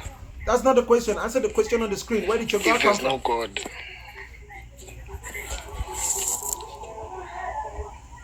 Can you hear me? Where did your God come from? Actually, I don't know. Okay. That's an honest answer. Thank you for your time. Yes, but who is our creator? Don't worry about that. If he's not God. That's not a, don't worry about who your creator is. I'm not talking to you about that. As if you say you don't know, that's an honest answer. He doesn't know that his God is imaginary. Right? That's what you mean when you say you don't know. I got on Facebook. See, that's a card. Hello? Oh, man, that was beautiful. Oh, hey. Yo, you hear me? Yeah, man. Where did your God come from? Where did my God come from? He was created in the beginning. The Word. We're not trying to find out where God came from. God does this. Hold up. Your God was created in the beginning? He was in the beginning. Let's get this right. In the beginning was the Word, and the Word was with God. Yeah, but that's not my question. My question is, where did God come from? Where did your God come from? Then we're gonna get stuck at the beginning. No, the question the question is where. The question is where. No man on earth can say where God came from. I'm asking you where he came from. Later. I can't say that because he was before time. God was before anything. What is time? This is before time. What is time? Time is age. Time is eternity. Time is life. Okay, so your God was before eternity. And plus, my God is outside of time. Hold on. Your God was before eternity. Yes, God is before eternity. God is eternity. Hold up. Bro, what did I say on my screen, bro? Didn't I say that God is imaginary? No, God can't be imaginary. So how do you know that your God was before eternity without having to imagine that shit, bro? What you're saying is imaginary right now in your conscious. Because he created us. Bro. How can you say to me that your God was before eternity without imagining that shit? Were you before eternity? Okay, was I before eternity? Yeah. Well, in the beginning, God said before I was in my mother's womb, he knew who I was. That's the story you read in the book. We all know the story. You know what I'm saying? You can't say story. Then that it's a story because God did not write the book. Then what you saying is a human being wrote the book. My question to you is, where did you inspired by the Holy Ghost? Bro, listen, check this out, okay? Because I don't want us to get too complicated. Please. I said to you, where did your God come from? You said from the beginning, right? You said he was before eternity, right? Yes, God. Now I want you to tell me what is before eternity. Where is before eternity? Where?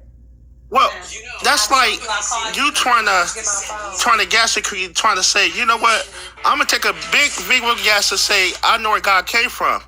Don't nobody know where God came from. Do you know why you don't know, bro? Do you know why you don't know where your God comes from?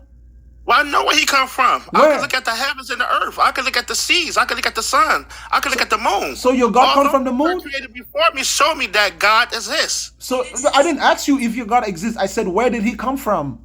Yeah, well, you do know where God come from because you said that. Okay, can I say something? Bro. If God does not exist, then why are you trying to prove that he does not exist? Bro, where does your God come from? That's my question. God came from in the beginning, the Word. The Word was with God. In the beginning was the Word. Word. So God comes from in the beginning was the Word, and you don't think you're making that shit up in your head. See, but what you call a God a lie? Do you have proof? God a lie. Bro, I'm calling you a liar. I'm calling you a liar. I'm calling you a liar. It's faith. It's my faith, right? And can you have faith? Can you have faith without your imagination? Can you have faith without imagining? Faith is the substance of things of evidence of things not seen or hoped for. So can you have faith? Can you have faith without imagination? I have faith. Then the breath that you have in your lungs right now is not real, right? Can you have faith without imagination? Who gave you the breath? Where did our breath come from? Can you have faith without imagination? In the beginning, God blew it to man's nostrils, and man became a living soul. So that same breath that God blew into our breath is still in our lungs. Brother, I'm going to ask you one more time. Can you have faith without imagination? Can you have faith without imagination? Faith is not imaginable. It's not emotion. Hold up. Faith. Do you believe in sabotage? Hold up. Where do you have faith? Where's your faith at? Well, okay, put it this way. No. What does the Bible say you should have faith at? Your faith is where? In your heart, right? Faith is in your heart, right? And believing. It is in my heart. Okay, my good. Hold up. When you say that faith is in your heart, are you talking about your chest? Okay, see, that's what it's emotional. It's just emotions. Okay, what is your emotions? What is emotions? It's the soul. No, your emotions emotions is defined as your state of mind. See, you say heart. You thought I say heart of that heart that beats. No, it's my soul. Bro. What part of your body is your soul? My soul is created where God created it. My soul, like for instance, what part of you? You can hear your soul speak. Which part of your body is your soul located in? My soul is my inner, bro. My inner core. What part of your inner core? Speaking to you right now. What part of your inner core? You can't see me, but you can hear my soul speaking. What part of your inner core? Bro, that's deep. Did you hear what I just said? Bro, I just said something to you. Bro, stop ignoring the question. What part of your body is your soul located at? But you know where the soul is at, bro. You Okay, hear the soul speaking to you. Hold on, bro. Is your soul located in your anus? Huh? Is your soul located in your anus? In your anus? Yeah, is your soul located in your anus? Like if the doctor was to do surgery in your anus, would they find the soul there, or is it in your chest, or is it? Okay, Doc, you make a soul to be physical and spiritual. Bro, what part of your body is your soul located? Okay, bro, I have to take you back to Genesis, bro. Brother, what part of your body? What part of your body is your soul located?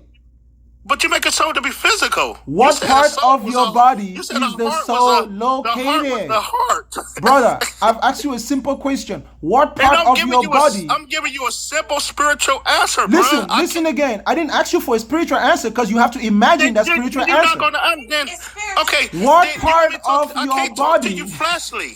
It's spiritual. It's spiritual, bro. What part of your body is your soul located in? In your toe? Listen carefully to my question, because I think your problem might just be a lack of intelligence, but I don't think you're that foolish. So I'm gonna ask the question very simply, right, bro? You have a soul, right? Go ahead. What'd you say? You have a soul, right? Yes, we all have a soul. No, that's not. I didn't ask you about we. I'm asking about you. You have a soul, right? Yeah, I have a soul, bro. Okay. Is your soul located? Hold up. Is your soul located wirelessly in the clouds? Is it located on a mountain, or is it located within your body? I mean, is your soul located within your body? Spiritual, and he can't prove it's spiritual. Is your soul located within your body? Okay, if you don't want me to say nothing, baby. Okay, I'm gonna put my earphones on because my wife getting into this conversation. Don't. Bro, if you put your earphones on, it's gonna echo. Okay, no, it's gonna echo. It's not because I don't have those type of earphones. Yeah, you hear me? What part of your body is your soul located? Do you know why your wife doesn't want to hear it? Because she's imagining God in her head, and when she hears somebody say something that does not confirm what she's imagining in her head, it makes her angry. Bro, you know where the soul. You know the soul. People on here, they know the soul. Bro, that's not my question. My question is, what part of your body is your soul located? Okay. You're trying to make the part. You said body. You said body. As a soul is a. Okay, let me ask you a question. Let me ask you a question. Where is the soul located? Where is the soul located? The soul is located within my body. Just like God blew into the body. He formed man from the dust, and he blew into man. Man became a living soul. Well, that's where our soul is at, bro. What part of your body? Our flesh is covering up the spiritual part is our soul. What part of your body is your soul located? Bro, you keep saying that, but you're making it out to be a hypothesis, philosophical. Bro, you just said to me that your soul is in your body.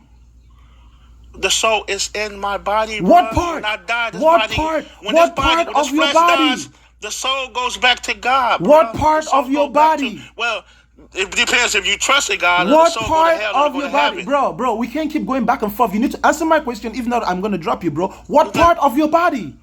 Okay. Here it is, bro. Do you want to know where the soul come from? No. What part of your body is your soul located? Bro, you know it ain't a part of the body. You said where the part it come from, bro. My soul is in my body. You hear my soul speaking, bro. You keep making the soul to be physical. So your soul is located in your mouth. So hold on, bro. So your soul is in your mouth, bro. My soul is within me. What part of you? My soul is within me. Now you trying to make mockery of God. You trying to make mockery of God. What part my soul of is you? Within me, bro. What part of my you? My soul speaks. Bro, it ain't a part. What my soul part is a part of me. I do your agree with body? You. Where within your body? Where within your body? Bruh, you hear my soul. Where within your body, bro? I didn't. Put it this way. My good brother. My good brother. Making it up. My good brother. My good brother. English comprehension is a skill, okay? You're making it harder than what it is. English comprehension is a skill. You're making it harder than it is. If I ask you a simple question. If you continuously keep deflecting, can I ask you? Because I want to learn. I'll tell you what. Can I learn something? No, brother. You chill out for a minute. English comprehension is a skill. Deflection is the mark of deception. You keep deflecting from my question because you are a deceiver and a liar. You said Your soul is located within your body. So I asked you, what part of your body? Where does the soul come from? Bro, where does the soul come that's from? not my question. Bro. Where does it come from? Bro, are you listening to me, bro? No. You're trying to deflect to me. We want to know. Bro, I've asked you a question. If you won't answer my question, you can drop, because I already got you where I need you to be. You don't know where the soul come from. Bro, you don't know where it come from. Bro, I know where it come from. Bro, I'm speaking spiritual that's not things to the point of my show today. That's not the point of my conversation. Carnal, your mind is carnal. Ah, damn. Ladies and gentlemen, that guy didn't have a good enough IQ. How many times do you need to ask someone what part of your body is your soul located in? For them to tell you what part. Is it in your buttocks? Is it on your male organ? On your penis? Is it in the back of your throat? Is it in the back of your ear? Is it on your big toe? Is it on your small toe? Is it on your middle finger? Where is it? It's in your heart. Your heart is your mind. Your mind is your brain. Your brain is your imagination. God damn. It's in your imagination. You are imagining it in your head. It's imaginary. Like, damn. That's the whole point. I got a soul. I made it up in my head. Yeah. It's within my body. What part of your body? Maybe it's in his appendix. You know how useless the appendix is, right? Maybe his soul is located in his appendix. That's what it is.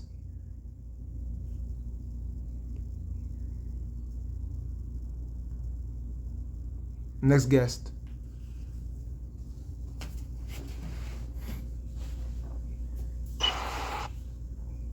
Hey man, what's wrong with you, man? Bro, where did your God come from? What's wrong with you, man? I'm going to ask you one more time, brother. Where did your God come from? You got a great imagination, and you are a fool. Because you're a fool because you're right in your own mind. My brother, where did your God come from? They cannot tell you where their God came from because they're not honest enough to say that they are making it up in their heads. Listen, these religious folks cannot tell you where their God comes from because they don't have the honesty to tell you that they are making it up in their heads. It pisses them off that I am bringing the truth to the light. That Jesus that you believe in, you made that shit up in your head. That Allah that you believe in, you are making it up in your head. It's literally a product of your head, like Santa Claus, like Superman and the Tooth Fairy. If God doesn't have a place where we think he came from, that means God does not exist.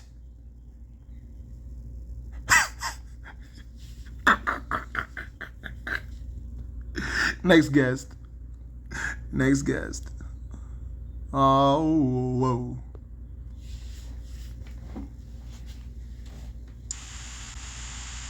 Yo. Where did your God come from? All right, so I'm gonna try to make this short and sweet, bro, but I want everybody to think about this logically, okay? Since everybody want to use logic. Now, we are in 2024, and host, you can agree you don't know everything, right? Right? Bro, I'm waiting for you to tell me where your God came from, brother. I'm getting there. I'm saying, do you know everything, right? I'm getting to where it's going, but I'm asking, but my question doesn't require explanation. You could just give me a direct answer. Okay, not inside this universe. Where? What universe? A universe outside this universe. Where did that universe come from? Who knows? So you don't know where your God comes from? Okay, so the reason why I'm saying this is because if you think about it, right? We are in 2024. we are doing things that, okay, I don't know who taught somebody down the line at the beginning anyways how to build everything that we use on a daily basis out of the rocks and the dirt, and you know what I mean? That's crazy enough on its own. You don't find that out by chance. Somebody probably, we the type of species, if you look and notice, we learn stuff, and we learn and teach each other how to do stuff. Somebody taught us how to do something. Nobody found out by chance how to build a million things out of the same materials. Now, that's kind of odd to me, but okay, so where I'm getting with the whole God is outside of this universe. You ever played a simulation game or something like that? You know what I mean? You know, you ever heard scientists talk about and say that we might be inside of... My good brother, you haven't been rude to me, so I won't be rude to you. So I'll say it nicely, bro. I really wanted to focus on where God came from. So the answer is that's where I was going. I was about to say it. Hold on, brother. Either you know or you don't know, or you know that it's imaginary. If you don't know that it's imaginary, then you need to be able to point us in the direction where God's come from so we can independently investigate. No, what I'm saying is not imaginary. It's a thing that's happening right now as we speak, and it's continuing to go further. You see them talking about... But that has nothing to do with where God comes from. That has nothing to do with where your God comes from. It really does. It actually really does, because nothing is new. So where does your God come from? And we have technology that we don't even know existed back in the day. So we don't know what technology is out there in the universe. We don't know. Bro, but you're imagining that stuff. Technology that's better than us. We don't know anything. That's why you're imagining it. When you don't know something, when you don't know something, bro, you have no choice but to imagine it. You don't know where your God came from, so you imagine that he came from another universe. You have to imagine that shit, bro. That's what I mean by God is imaginary. You are making it up in your head. Mad, bro? Why are you getting mad? Bro, you are making it up in your head. That's what I'm saying. No, why are you getting mad? Why are you cussing? I'm not making up nothing. I'm sitting here trying to explain to you. What did I curse? You didn't even let me explain it. I just noticed you were telling everybody they're making it up. What curse word did I use? Are you going to let me explain, or can I just get off the line? No, that's the whole point. I'm not asking you for an explanation. Let me explain, or I can hop off the live. You can hop off. You can hop off because I'm not asking for an explanation. I'm not asking for an explanation. Yes or no? Okay, guess. Do y'all want the answer, yes or no? Bro, tell me the name of the place where your God comes from. I just told you it's not inside of this universe, because and how do you know that? How do you know that? How do you know that? God isn't affected by space, time, and the matter that we're in right now. How do you know that God is not affected by space? I mean, if I'm going off the God that I believe in, you are imagining if I'm going off the Creator that I believe in, bro, then you believe in, and you believe in your imagination. Listen, if I believe that I have a Creator, if I know that I have a Creator, if I'm sitting here seeing, and like I just told you, if we got games, simulation games, where we can take care of the whole entire world. I don't want to talk about imaginary things. Listen, bro. This isn't imaginary. It's real. Bro, you just said the word if. Play this game. You just said if. Bro, I'm convinced you're scared. I'm convinced you're scared. When you use the word if, you are talking about imaginary things. You are making that shit up in your head. You said when I use the word what? If you say if, the moment you use the word if, that's because it's not real. So you have to imagine it. Okay, so how about this? When you play these simulation games, a simulation game is an imaginary thing. These simulation games, a simulation is an imaginary thing. That aren't affected. That is not affected by how fast the time is going inside of these games. Look at you got 666 views, bro. What the heck? Next guest. Listen, a simulation is imaginary. If you use the word if, it's because it's not real, so you have to imagine it. It's very difficult to prove that God is not imaginary, y'all.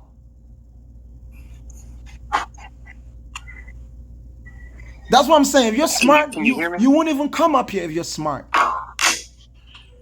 What's up, bro? Where did your God come from? I'm sorry. My volume was low. Can you hear me okay? Of course I'm recording. Where did your God come from? No, I was asking if you could hear me. I can hear you. Okay.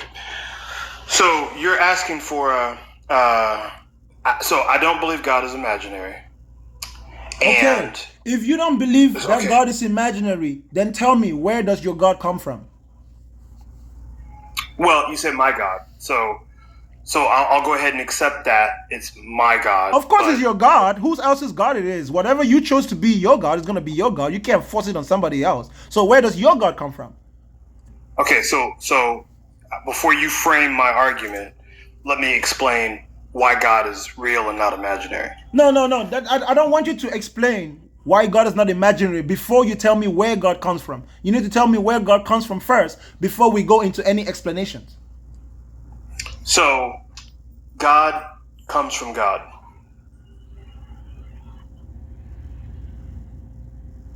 Since you don't want an explanation, I'll just give you the answer. And you asked the question. And you know that how? You know that how? So that requires me to explain. No. Just tell me how. So the method by which you know that God is imaginary. It doesn't really require an explanation. You can just give me a direct answer. How do you know that God comes from God? Because energy can't be created nor destroyed. And how do you know that God is energy? How do I know that God is energy? That then requires more explanation because you just asked the question how. Yeah, so just tell me. No, I said, how do you know? See, you're walking me through my argument. Yes, it's okay. It's okay, bro. Of course, because I'm that smart. I'm just that smart. I'm excessively smart. So I'm asking you, how do you know that your God is energy? Because energy is everything. Is energy is energy the equivalent of intelligence?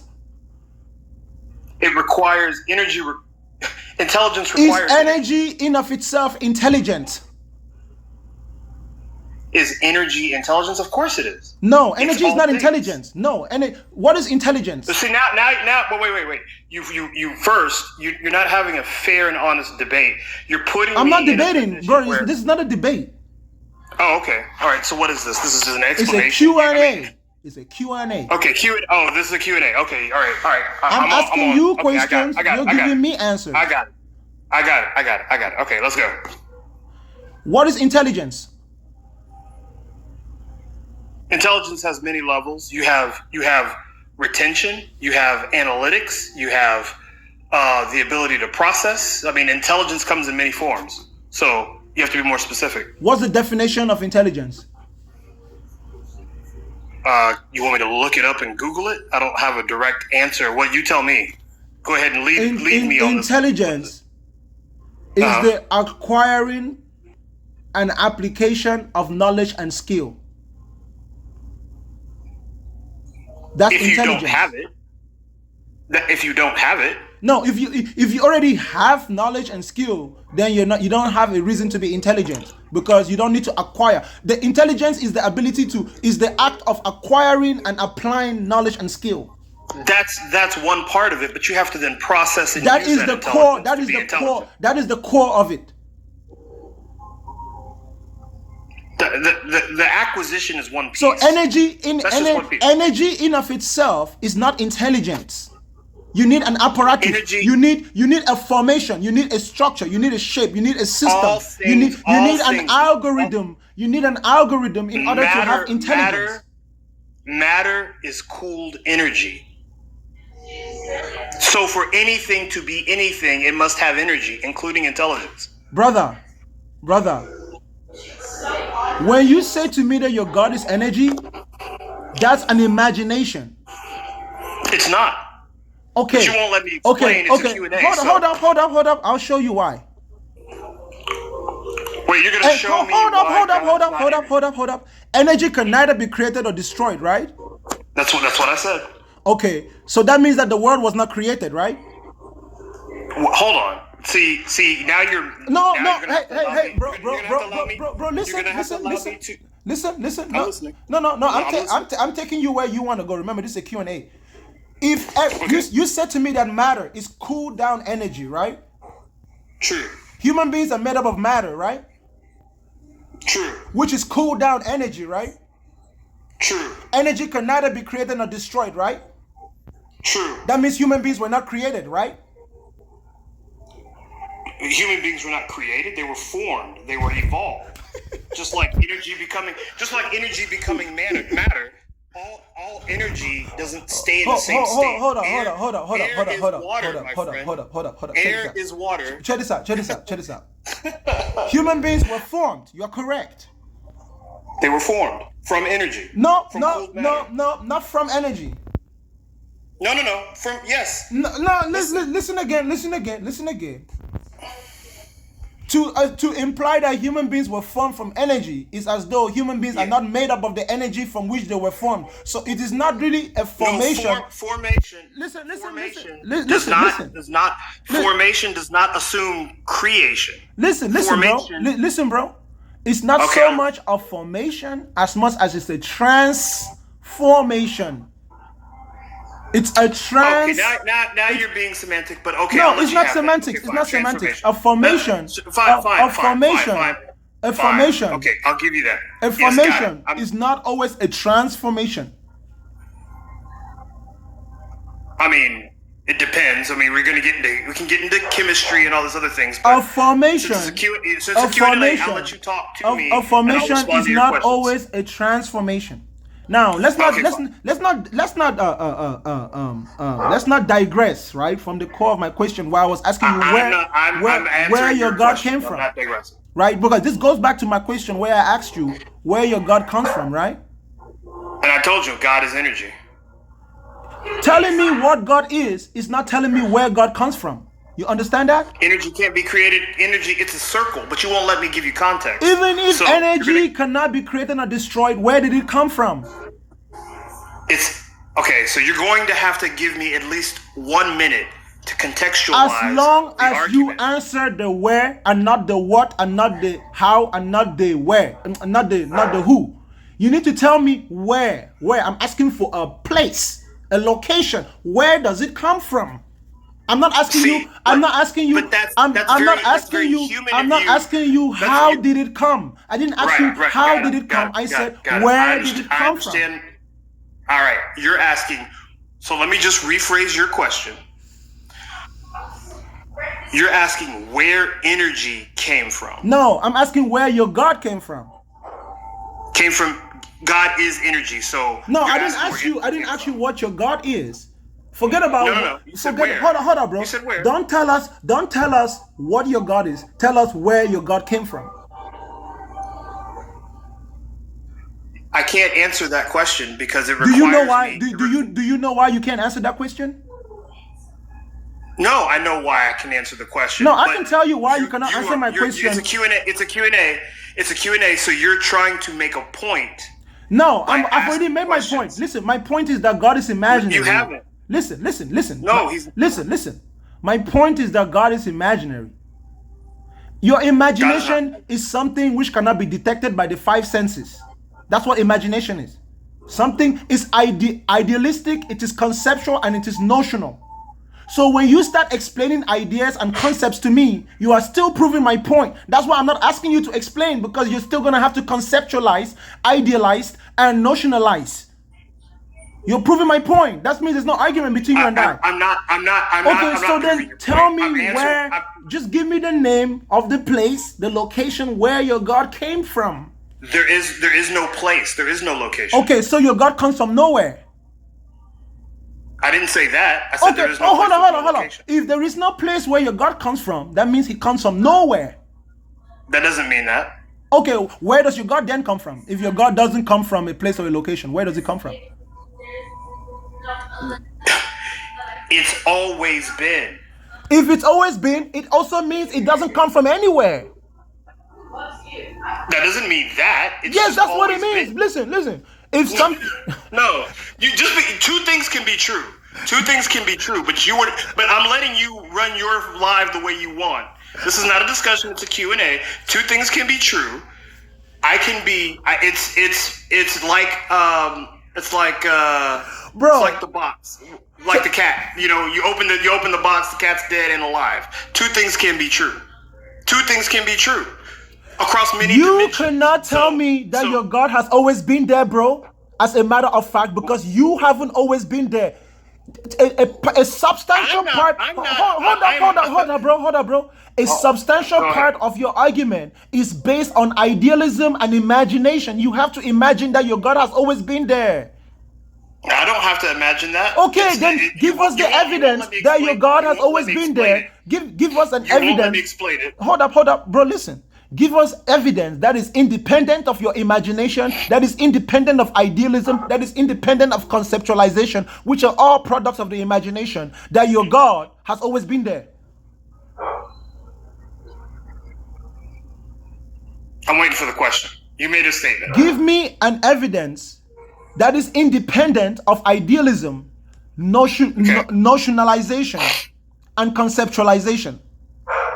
Okay. That your God has always been there. We could have saved a lot of time if you would have let me start there from the beginning. But you put me on trial, Q&A. Okay.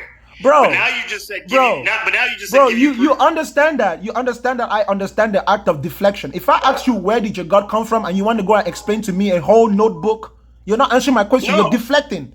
Because if I say, let me give you an example. Where do you come from? See. Check this out. No, this is just an example, right? So you don't want me to answer? Relax, brother, relax. If I didn't want you to answer, I would drop you. Where do you come from? I come from my parents. Okay, good. You see how simple that was? Where do your parents come from? Their parents. Now, tell me the place and the location where you come from. I didn't come from anywhere. I came from my parents. My parents. Bro, listen carefully. My mother was from Los Angeles. Listen. Okay, there you go. You got it. So I said the place and location where you come from. Yes. I'm not a multi-dimensional being, but bro, it's okay. Of course, you're not a multi-dimensional being. There's no such thing as a multi-dimensional being. That's all imaginary. That's conceptualization. Well, so that's where I can prove you wrong. Bro, if you say to me that you are not a multi-dimensional being, you cannot tell me that there is such a thing as a multi-dimensional being because you cannot prove it. Of course. Without imagining it. It's an imagination. You're conceptualizing it. You're just giving me an idea. I'm not giving you an idea. So point your finger. Give me a place where I can go right now and find a multi-dimensional being. You're distracting from what I was going to say. Bro, because it's not about what you were going to say. It's about the question I've asked you. No. Show me a place where we can go and find a multi-dimensional being independent of your explanation. So, to do that, it would require a demo almost, right? Like I'd have to turn on the camera and show you how. I'd have to show you how dimensions lay atop one another, right? You have to show me what you imagine. You have to show me what you imagine. It's not imaginary. Bro, if it was not imaginary, you would not have to demonstrate to me how dimensions are laid. You'll be able to point your finger and I will observe it in nature without you having to demonstrate. You can actually see it with your eyes. Okay, where? Show me where. What can I see with my eyes? What I will do is I will put the link for you to do that, so you can actually see the different dimensions. Right now, we're in a 3, maybe a 4-dimensional construct. Currently, we're in a 4-dimensional construct. You can see 5, 6, and 7 dimensions. You can see them.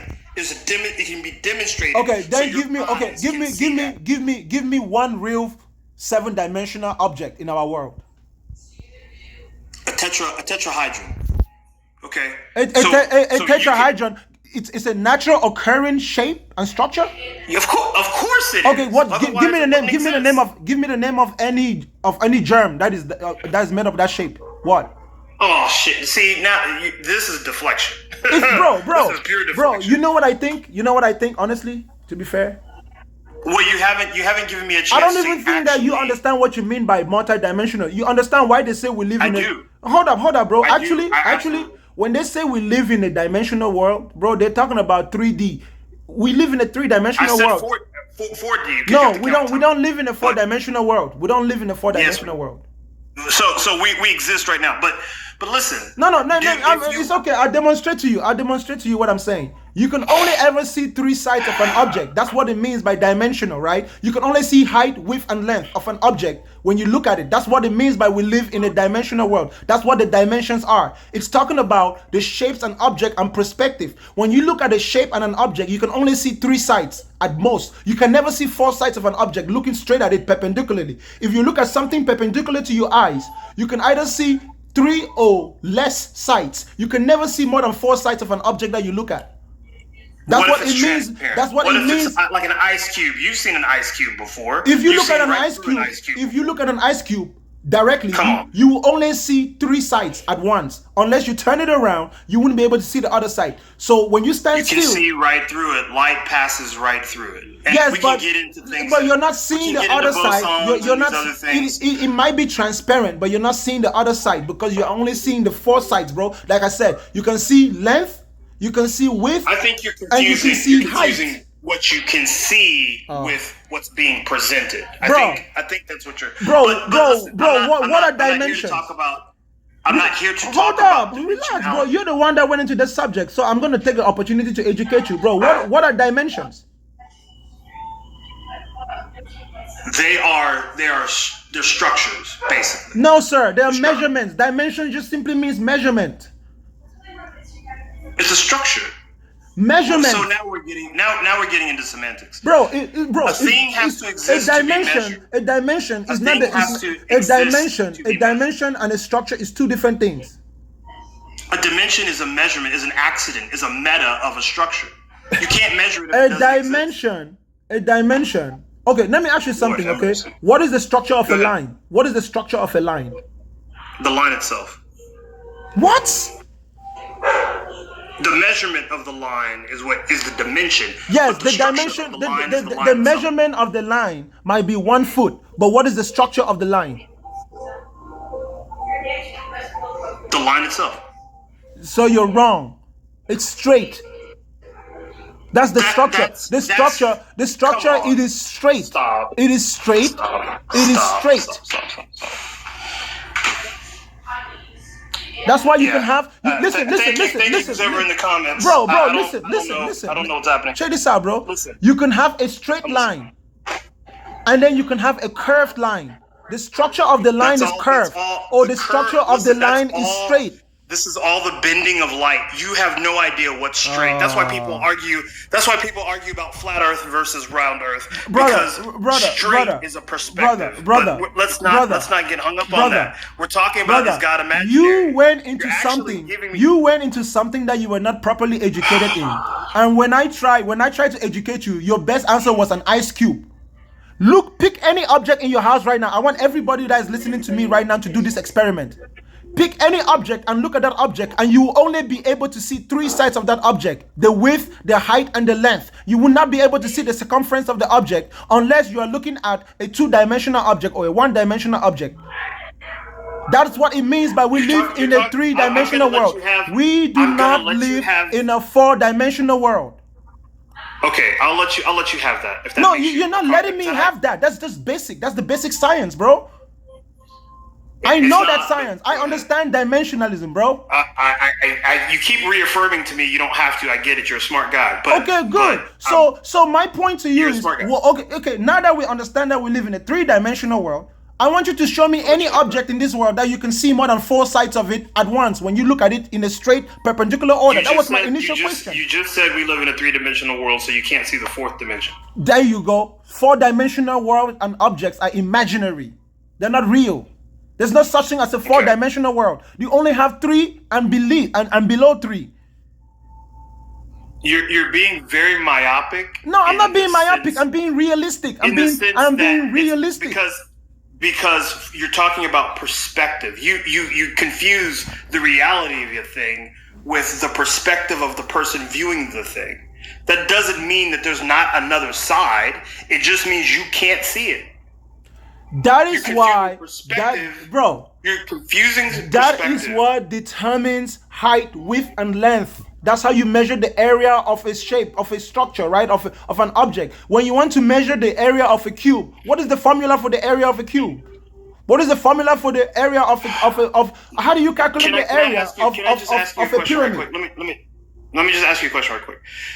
Do you or do you not believe in like redshift? Do you believe in redshift? I don't know what redshift is. Do you think that's okay? So redshift is the measurement of background X-rays in space. Now, you've never seen an X-ray, right? You've only seen the product of an X-ray, but you know good and well an X-rays exist on the spectrum. You know they do.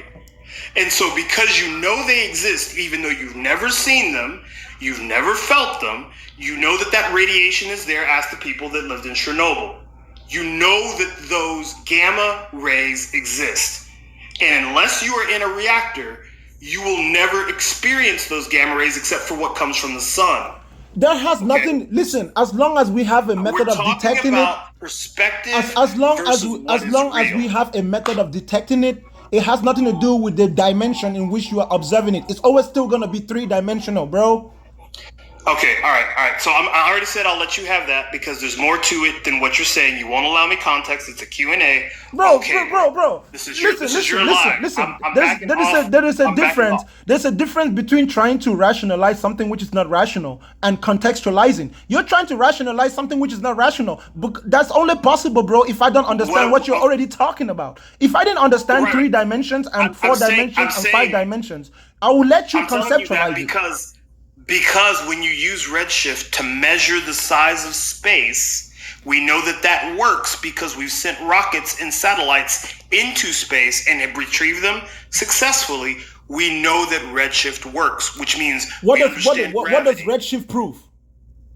It proves that there are other dimensions other than height, length, right, and depth. Like there's more. Bro. There's only 3 dimensions. There is height, there is width, and there is length. When you talk about depth, that is still height. When you talk about distance, stretch, that is width or length. There is no, you tell me any other dimension which is not height, which is not width and length. Tell me. Time. I already told you. Time is not a dimension. It absolutely is. No, sir. No, sir. Time is not a dimension. Is that not what you said? No, bro. Bro, what is the formula for time, bro? How do we measure time? Oh my goodness, we're not doing that. No, we're doing it. The formula, bro. This is basic physics. Okay. This is basic physics. Distance over speed gives you time. It's not a dimension. Thank you. Someone. Distance is dimensional, but time is not dimensional. Neither is speed. Distance divided by speed equals to time. Speed times time equals to distance. That's basic physics, bro. Yes, that's basic physics. Okay, good. So you just claim to me that time is a dimension. You're wrong. I'm not wrong. Of course you're wrong. You gave me a formula using elements, right? Those elements have to exist. The elements have to exist. Using what elements? Bro, those are conceptualizations. That's why it's conceptual. That's why mathematics is abstract. You understand? It's abstract. Mathematics is not really. Listen, bro. I agree with you on that. No. That's where you and I have first agreed. We actually agree on something. When something is abstract, that means it's imaginary, but it is a useful imagination. I never said imagination is not useful. But you need to know the difference between things which are imaginary and things which are not. For example, Spider-Man is imaginary. But just because so let's be clear, okay? And I think this is a very important distinction. A very important distinction. Just because something, you're about to say Spider-Man.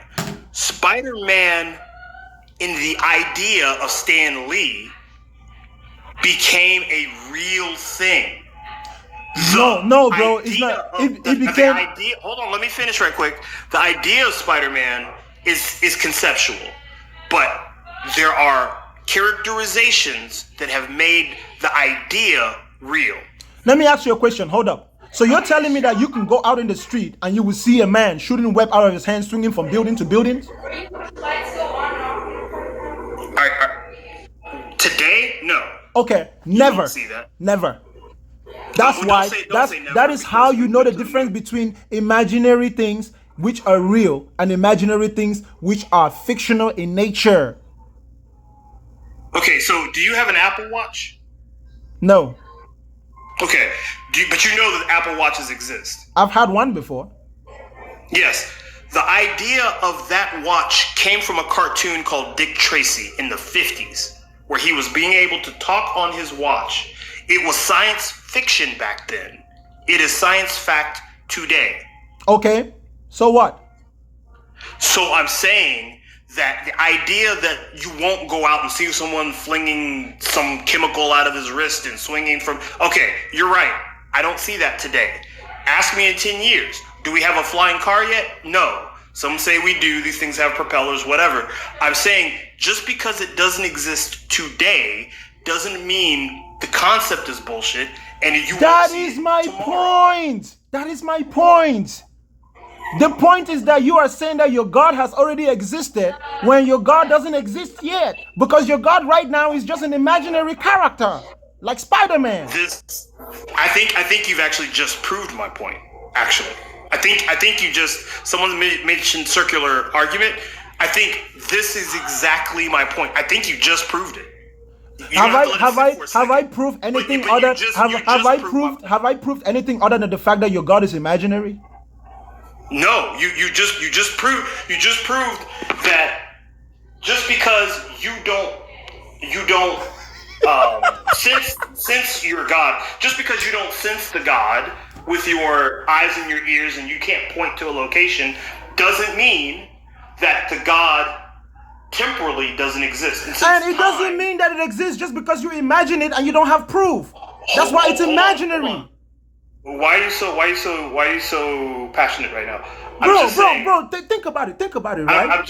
You're saying to me. I'm saying, bro. Let me tell you what I'm saying.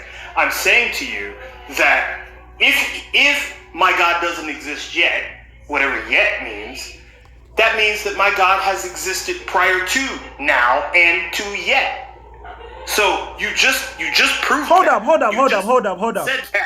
Where is the evidence that your God has existed prior to now, other than the fact that you're saying it out of your mouth because you imagined it in your head? The fact is. Okay, check this out. Let me help you out. What's the name of your God? God. God is a title. It's not a name. The name of my God's God. The name of your God is God.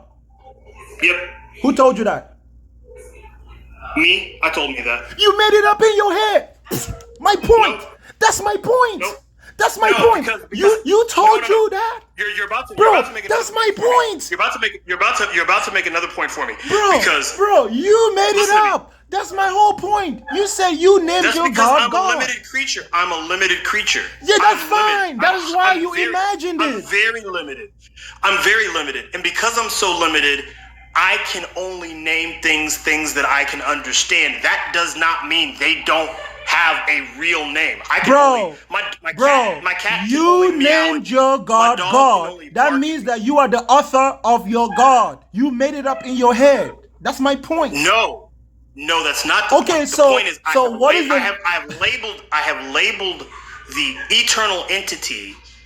Because you don't know that entity is eternal because you are not eternal. You don't know that entity is eternal because you are not eternal. Hold on, you're right. You're right. As I am transformed or formed, as you said earlier, am not eternal. But my energy is. You don't have energy that belongs to you. Okay, stop before you discredit yourself. Like you're doing you good. Don't have energy that belongs to you. You are about to undo yourself. You should just let it go. You don't have energy that belongs to you. The energy in the battery doesn't belong to the battery. The battery is a medium. You are a medium. That's why you need to eat food to energize yourself. That's why you drink water to gain energy. Listen, it doesn't belong to you. You're a medium, you're like a tunnel that water flows through. The water doesn't belong to the tunnel. You and I are actually saying the same thing. But I do have a consciousness that has boundaries. No, right? You don't have a consciousness. You don't have a consciousness. Consciousness is not something you have. Yes. So so you're being semantic about possession. No, I'm not being semantic. I'm using the words in the proper context. I'll let you have possession, whatever have, and these other words that you're trying to. The ultimate. Just listen to my message. My message to you is I am a limited creature with limited understanding of the universe, but not even full knowledge of myself. You and I right now don't know if we have cancer growing in our bodies. We don't know. Why? Because humans are limited. We don't have the technology to detect the future. It still doesn't disprove the fact that God is imaginary, bro. Okay, listen to me. My whole point is that it's imaginary, bro. Okay, so I normally would continue pushing back and forth, but I think you said enough in this Q&A. You said enough that I think if you let it sit, I'll come back on your live tomorrow. If you let it sit, you're going to realize that limited creatures in this circular energy, evolution, transformation, pick a word, I don't care, that creatures of limited understanding in nature will not be able to explain things outside of their nature. That's why you imagine it. That's why you imagine it. It does not mean that they're imaginary. That's exactly what it means. No, my goldfish have never left the bowl. Never. Bro, let me ask you a question. Let me ask you a question. They have no idea. I don't know where you're from. My dad's currently in Cameroon. He lives outside of Limbe. I've been to Africa. I think I'm picking up an Igbo Nigerian accent, maybe. I'm actually Cameroonian. Are you really? Of course. Listen, hold on. Sorry, guys. So I've been to Yaoundé and Douala. Okay. I grew up in Yaoundé. It's okay. No, listen. No, it's great. Well, Paul Biya has been the president for I don't know how long. So we'll talk about that on a different Paul thing. Biya is not a president. Paul Biya is a king. He's a king, exactly. That's right. So we'll talk about that. So I was on a different live. Somebody was saying my dad. Anyway, he was at Shell. You know, you got Shell gas stations all over. My father, he was a VP of upstream operations for Shell for 30 years. So I got to travel with him, and I've been all over the continent of Africa, and I've heard and I understand different perspectives on God, right? So you I'm sure your family somewhere has a tribe. You have I don't know if it's Bemileke or Bamunde, I don't know, but you have a tribe. Your tribe has ancestors, and they have where I would agree made up fantasies about God. They have their reasons for that. I'm not questioning that. I'm not arguing that.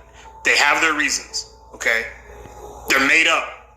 But something happened that began the cycle of those stories, right? So I guess in that case, I will agree with you when you say God, that those things are imaginary. I'm not saying that. I'm saying I am a limited creature. I'm a limited creature. And I'm a goldfish in an aquarium. And maybe I'm just smart, or maybe I'm not. Maybe I am a fool, right? Maybe I am. But outside of my fish tank, there's an entire world. And if us fish inside the tank say, hey, fish, you know what? You foolish. If you can't feel it in this water, it doesn't exist. And they don't know any better. Why? They're limited. So that's my only message to you is that we are limited. We have limits. Does the fish in the fish tank know that he's in an aquarium? He has no idea. So you don't know that you're in an aquarium. You have to imagine that you're in an aquarium right now. So the moment, if you think that you're a fish in an aquarium and the fish in the aquarium doesn't know he's in an aquarium, so you can't tell me right now that you're in an aquarium without imagining it. That's my point. No. I know for a fact, brother, I'm in an aquarium.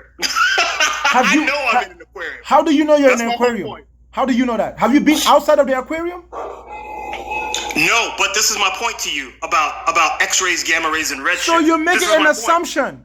Bro, those X-rays and those gamma radiations are not outside of the aquarium. They're within the aquarium.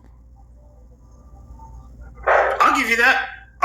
Yeah, so there is no outside of the aquarium. that we're talking about. That is why if you make if you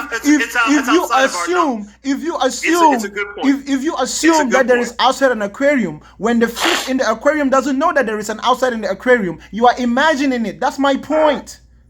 Yeah, you're right, but for those outside of the aquarium, you know there's outside of the aquarium. You know there's outside of the house. Have you ever met someone from outside the aquarium? That doesn't mean that they don't exist, bro. That's exactly what it means. No, it doesn't. That means that you are imagining that there is an outside to the aquarium that you've never been, that you've never met someone from. Bro, you have never detected anything. I've never been to Jupiter. I've never been to Andromeda. Bro, I've never been. But you can see Jupiter. It is within your line of sight. It's within your dimension. It's within your realm. It's within your universe. Okay. So I know people are trying to get me out of here, so I'm all right. But let me just say this: the light that we see from the stars doesn't tell us if that star is still there. It doesn't matter. We see it. It doesn't matter. We see it. Wait. It does matter. What matters is that we see it. So it is within our line of sight. It's not outside of anywhere we are. But Bakanga, listen to me. I'm saying to you that just because I see the light doesn't mean the star is still there. It could be gone. The light I'm looking at is billions of years old. True. It doesn't change the fact that you see the light. Does it? Yes, I see it, but it's giving me false. No, but you don't know that for a fact. You don't know for a fact that the star is not there. It could still be there. It could be, or it could be gone. That's why it's imaginary. If you say for a fact that it's there, or if you say for a fact that it's not there. Come on. You assume imagination and conjecture and Bro, do you have a dictionary? Bro, hold up. Let me ask you something. I'm gonna fix this real quick, okay? I think your problem is you don't quite understand what imagination is. Do you know the definition of the word imagination? Why don't you give it to me? Do you have a dictionary or a phone or a computer? I'm talking to you on TikTok, man. Come on. I'm asking if you have another phone that you can look it up. I want you to look it up and read it. Well, why don't you just tell me and save some time? I could tell you, but it will not make sense to you unless you read it yourself. Come on, we've had this conversation. We've talked for about an hour now. So just let's skip the theatrics and just tell me. Imagination is anything which is not available to your five senses. Okay. All right. I'll defer to that. Okay. You know, that's why I said to you, look it up. Okay. Yeah. So God is imaginary. Yeah, that's what God is. Superman is imaginary. It's not available to your five senses in real time. But that's where this conflation. This is where you get into trouble. Right? If you start bringing in fictional characters and imagination, right? I will concede your imagination word by definition. I'll concede that. But it still doesn't mean that because I can't see outside of my senses, it doesn't mean that God's not real. That's what it means. Bro. Okay. Bro, do you know the definition of the word reality? Bro. I can tell you. If you want, I can tell you. Go ahead. This has got many definitions. Reality. This is the foundational definition of the word. Every other definition is around this foundational core definition I'm about to give you. The state of things as they are, rather than idealistic, conceptual, or imaginary. I think, okay. So the state of things as they are doesn't make any sense. Go and look it up. Look up the definition. That's exactly what it means. That means I'm not saying that what you're saying is wrong. I'm saying that reality, the state of things as they are, doesn't make sense. If it doesn't make sense to you, then you might just need a little bit more education. Let me read it straight from the dictionary, right? Imagination, according to the Oxford Dictionary, goes like this: the world or the state of things as they actually exist, as opposed to an idealistic or notional idea of them. So the moment you begin to idealize You're no longer talking about reality. The moment you begin to go into notions, you're no longer talking about reality. You're now within the realm of imagination. It's actually that simple. That's why I'm telling y'all. You're acting like there's something wrong with imagining things. No one is saying that it's wrong. No, I'm just telling you that that's what it is. Say that. I did. You see, you are imposing upon me some negative that I have, and I'm not arguing the positive to your negative or whatever. What I'm saying to you is a tree, okay, has existed. It has died. It has dropped a seed, and it has grown, and it has gone through that process since the earth was formed. Okay? That right there, hold up. That right there is an idea. It's an ideal. What you just said to me right now is not true. How is that not true? Because show me that tree which you are talking about. Look outside, point at a tree. So you're talking about a tree outside my house. Any tree. Any living thing. There you go, bro. You are idealizing. You're talking about notions and ideas. You have to. Listen, bro. There is a difference between idealizing and reality as it is. That's why it says the state of the world as. Let me read it again, bro. Because listen carefully to this definition. But see, you're being very myopic. Because listen to this. Listen. Things are going to live. Things are going to die. Those are ideas. That's idealistic. What I don't. Okay, so maybe I am just really simple and dumb. No, bro. That's possible. You're not distinguishing. The line between reality and fiction is very thin, right? And most people are not skilled in distinguishing it because of how of our upbringing. That living things have a process. That's not fiction. That is an idea. It's not an idea. It is. It's factual. It is only factual if you are observing and if you are specific. Oh, see, no, bro. No. You don't know if I'm breathing right now. You just assume that I am. No, I know you're breathing right now. How do you know? Well, how do you know? You can't see me. Because you're uttering words out of your mouth, which is an act which is impossible without breath. What if I've been holding my breath for however long I've been alive? Then you wouldn't be talking to me right now. Now that's logical. Oh, it's logical. Yes, which is an idea, which is it's logical, which is an idea. That's how I know that. Listen, bro, you're not getting it.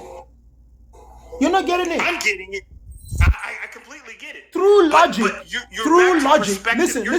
Through logic. Your problem. Your barrier is perspective. There's no barrier here. I get where you're going. There is no barrier here. I'm just a realistic person. I'm telling you that there is a difference between what is real and what is imaginary. It doesn't mean that your imagination is useless. We're not talking about utility. Okay. We are talking about reality, utility. Right?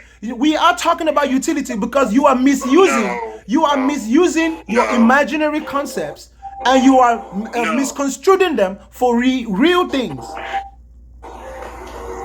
Bakanga,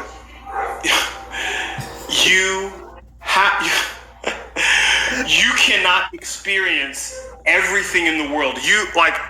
So I'm probably. So let me ask you. Let me give you an example. Actually, Carlos, I'll give you one last example before you go. Right? Okay. I identify as a tree. Okay. Am I a tree? Yeah or nay? If you say you're a tree, I will call you a tree. No, I didn't ask you what to call me. I'm asking you for what's real. I identify as a tree. Am I really a tree? Okay. No, you're not really a tree. There you go. So you can identify your God as outside the aquarium. You can identify your God, but what is your God really? Is your imagination. That's how it works. No. Yes, sir. That was a conflation. I'm gonna go ahead and let somebody else talk. Thank you for your time, Carlos. You tried your best, but you still don't get it. No. You did a good job, except the fact that I think once you let it sit, you're gonna realize. Come on, bro. You realize that I've been doing. You realize that. We'll do it again. Listen, check this out, bro. If any, No. there are Let people. somebody else- Hold up. I'm Bakanga. now you don't want me to go, okay. Listen. let me introduce you to something. I am Bakanga. I've been doing TikTok for a little under a year, 3 years now, and I have been consistent. Consistency has been the marker of the fact. That is why I have 640 people in here, bro. Like, you will not see me contradict myself. I haven't contradicted myself once in 3 years. Okay, well, you kind of did 3 times today. I actually tell me. Give me one contradiction. Give me one contradiction. Give me one contradiction. No, we're not. No. We'll say that for our next session. Bro. State one contradiction. No, I've got 3, but I'm gonna let someone else talk. No. Don't run. Send me a message and we can continue. No, do not run. I want you to just tell us one. You can tell it, then drop. I'm not running. Okay, then tell me one contradiction that I said. Tell me one thing that I said that is a contradiction. I don't know where you are. I don't know where you are in the world, but I'm in Hawaii. I'm in Hawaii right now. Tell me one contradiction that I said today. No, you're not. My brother's in Hawaii. Stop, man. Stop being my doppelganger. You try to beat me so bad. Bro. Where in Hawaii? Bro. I'm in Hawaii right now, bro. Let me show you where I'm at, bro. He's in Oahu. Where are you? I'm right now in Waikiki, bro. Kidding. Okay, he's in Oahu. Yeah, I'm in Hawaii. Man, do that. Man, congratulations, bro. You see the mountains, the background. You can see the ocean right there. No. Yeah, no, it's great, man. Watching volcanoes though. He had some problems. I'm not on the big island. Okay. No, yeah, you said Waikiki. Yeah, I know what's that. Yeah, I'm in Waikiki right now. Yeah. So this is my point. My point to you, bro. Just tell me the one contradiction. Tell me the one thing that I said that was a contradiction. Tell me the one thing that I said that was a contradiction. Listen, I got things to do, man. I can't be on TikTok all day. Bro, it would only take you 10 seconds to tell me the one contradiction that I said. I got 3. Okay, then tell me one. Just tell me one. It's to cliffhang you and have you come back to me so we can do it again. Bro, realize this, Carlos. I gotta go. Carlos, this is the conclusion. You can't tell me because you're lying. I didn't contradict myself. You're lying. I'm not lying. You're lying. Then say it. Then say it one. You can't tell me a contradiction I said. It's impossible. Because I never said one. 3. I got 3. Okay, then just tell us one. Just tell us one. You and I, for some strange, fateful reason, are geographically connected. My father is in your home nation. My brother is in the state. Like, it's just very crazy. I'm not getting into all that. All this time that you're saying this to me, bro, you could have been telling me what the contradiction was. Maybe because you can't see it, it's hard for you to understand it, so maybe it's my imagination. Bro. Let's put my brother in Hawaii and my father in Cameroon. Maybe that's all conjecture. Maybe that's imaginary. Bro, if you told me the contradiction, true. Bro. I have to go. Okay. I have to go. Bro, you said you had to go 2 minutes ago. You could have just told me what the contradiction was, but you couldn't. Because there is not one. It's not there. You cannot say something that doesn't exist. I'm trying to be polite and say bye. You don't have to be polite. I'm giving you permission to be rude. I'm going to cliffhang you on purpose. I'm giving you permission to be rude. I know you are, because it's eating you up. I got you. No, it's not eating me up. Bro, come on, bro. Are you kidding? Listen, check this out, bro. All right. Check this out, bro. Big love, bro. I understand. I gotta go. When I have defeated a person in conversations, they make claims like you. You know what my father calls that? My father calls that the last kick of a dying horse, right? So you just throw that out there. You just throw that out there because I whooped your ass in the conversation. Okay, well, so you can try that approach. That's not gonna work. I'm not trying that approach. I'm just saying it, bro. I have this recorded and I'll post it on YouTube. I gotta go. It's there. All right, love you guys. Okay, take care. Ladies and gentlemen, are you observing what I am observing? That's why you shouldn't make claims that you cannot stand and back. That's why you should not make claims. He got his ass whooped, so he claimed that I made 3 contradictions. I gave him more than 3 minutes to state one contradiction, but he couldn't. Do you know why? Because I made no contradictions. God is imaginary. If your God is not imaginary, you will be able to tell me where your God comes from.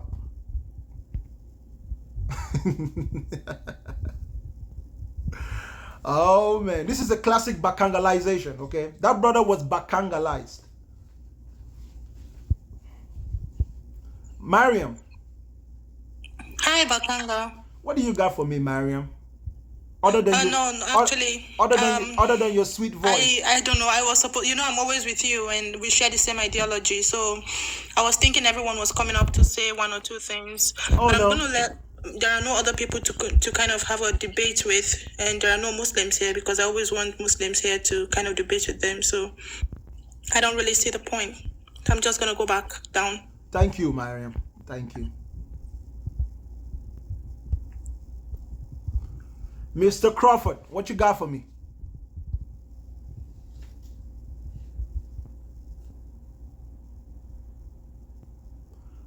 Where did your God come from? Tap the like button, ladies and gentlemen. Bamboozle the like button. Tap the screen. Mr. Crawford is taking his sweet time, so we'll go to...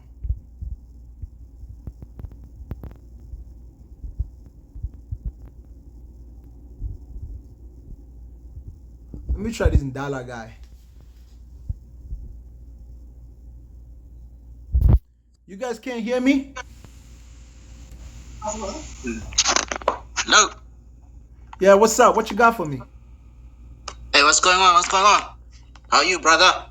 I'm doing good. Tell me, where does your God come from? My God comes from the celestial kingdom. Where does the celestial kingdom come from? I just answered you where my God comes from. And I just asked you a question. Where does the celestial kingdom come from? Celestial kingdom is another planet. Where does it come from? In the outer space. Where does the outer space come from? What are you talking about, bro? I answered you already where my God comes from. The celestial kingdom. Thank you for your time, bro. I gave you an answer. Of course you gave me an answer that you made up in your head, in your imagination. The celestial kingdom of the back of your head. The celestial kingdom of the back of your head. Of course I expect you to give me an answer. An imaginary answer. Just like your God, which is imaginary. That's what I'm asking. Look at you.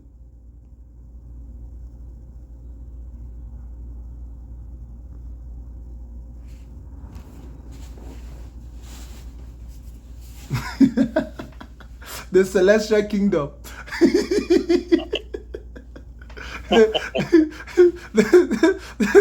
The celestial kingdom of the back of your head. On the northwest side of where all the bullshit in your head accumulates. What's up, man? What you got for me? What's good, man? Where does your God come from? See, I'm gonna say this, right?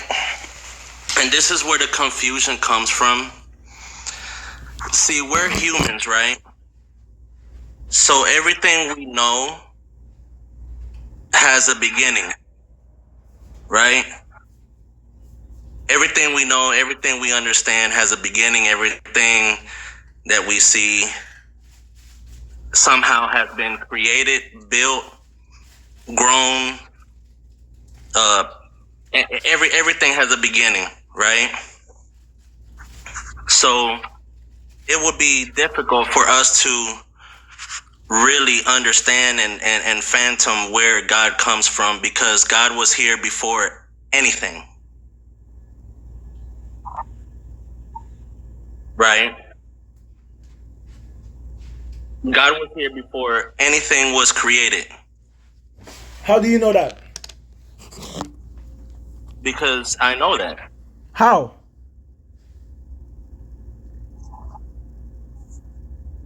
You can't really understand how or start to think, because everything we try to think of, we try to put a beginning to it. You just said you know that God has always been here before the beginning. How do you know that? Without making it up in your head, how did you know to say that? Because in the Bible, I don't know specifically the scripture, but in the Bible, it mentions that God was here before time even existed. Where did the Bible come from? I'm pretty sure. Where did the Bible come from? What do you mean where the Bible come from? The Bible was written. By who?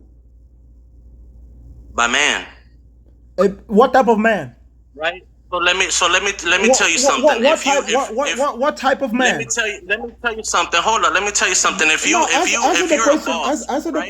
the question. What type of man? Listen, if you're a boss, right? Brother, if you're a boss, brother, answer the question. And you have secretaries working for you, right? My brother. You want to send a letter out answer to the anybody, question, brother. Right? Do you write answer the letter the question, yourself? Bro. Answer the question. What type of man wrote the Bible?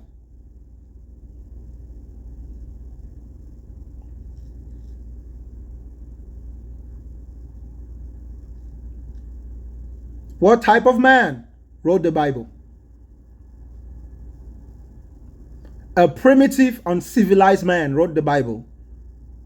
And you read a primitive, fictional, mythological book, and then you now imagine in your head that God has always been here. That's really not much of an accomplishment, my brother. That's not much of an accomplishment.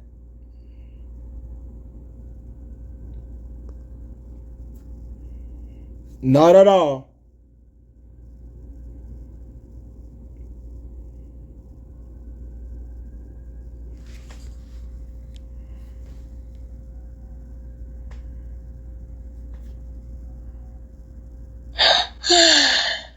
No, wow. Jasmine.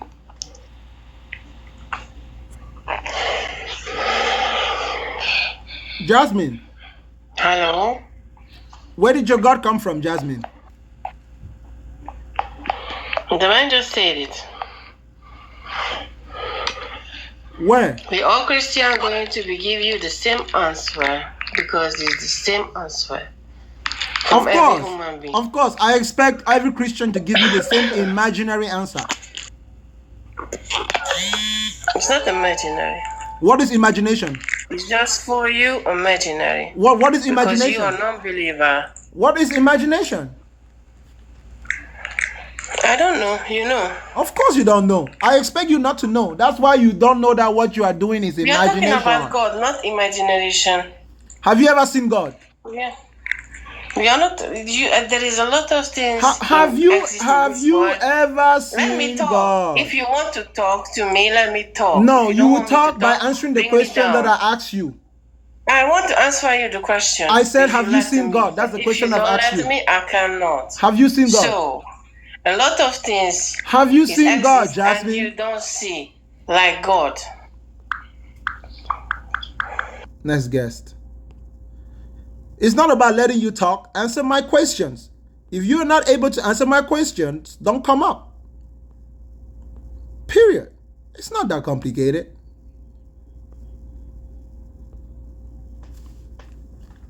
You are here to be educated. If you send your request to come and tell me that God is not imaginary, you are in need. You are in need of education. You should call me Rabbi. I'm your teacher. I'm here to educate you, to fix your brain. You can call me the brain fixer. Where did your God come from? Within. Within what? Within the soul, within my vessel. Same as within you. What part of your vessel? The whole being. We don't only exist inside our body, we also exist outside it. Yeah, what part of your body is your soul in? The third eye, the pineal gland. Where is your pineal gland located? In the center of the brain. In your imagination. Like I said, your God is imaginary. Your imagination, yeah, you're right. Exactly. Yeah, that's what I'm saying. That's all I'm saying. It's all imaginary. Yep. It's just one big illusion. Exactly. No and we argument. imagine it all up, and a nation of magicians. Yeah. Thank you for your time. Magic nation. Thank you for your time, bro. You got it. No argument comes between from me the and inner you. eye. Yeah. We project the reality. It's imaginary. That's it. It's an imaginary reality. We project it from our mind. Facts. Thank you for your time, brother. Energy, frequency, and vibration. Say, mate. Yes, sir.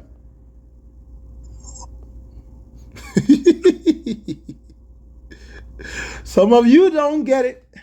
Some of you will get it. You're going to learn today. Yes, you religiously indoctrinated human beings. You are going to learn today. You are in school. Take your pen and paper and begin to write. Professor Bakanga is here. Sheik, where did your God come from, Sheik? My God has always existed. Where did your God come from? I didn't ask you what has your God always been. I said, where did he come from? Where?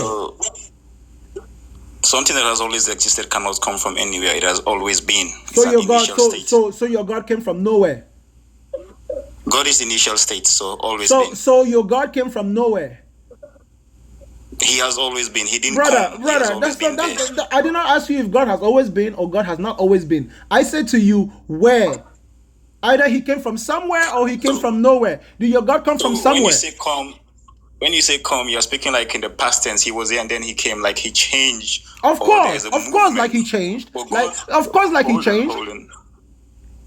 But God is an initial state. How do you know that? How do you know that? How do you know that? You read it in the book. Let me guess. You read it in the book. You read it in the book. There has to be an initial. Hold on. An initial state. Oh, who told you that there has to be an initial state? You had to imagine that in your head, did you not?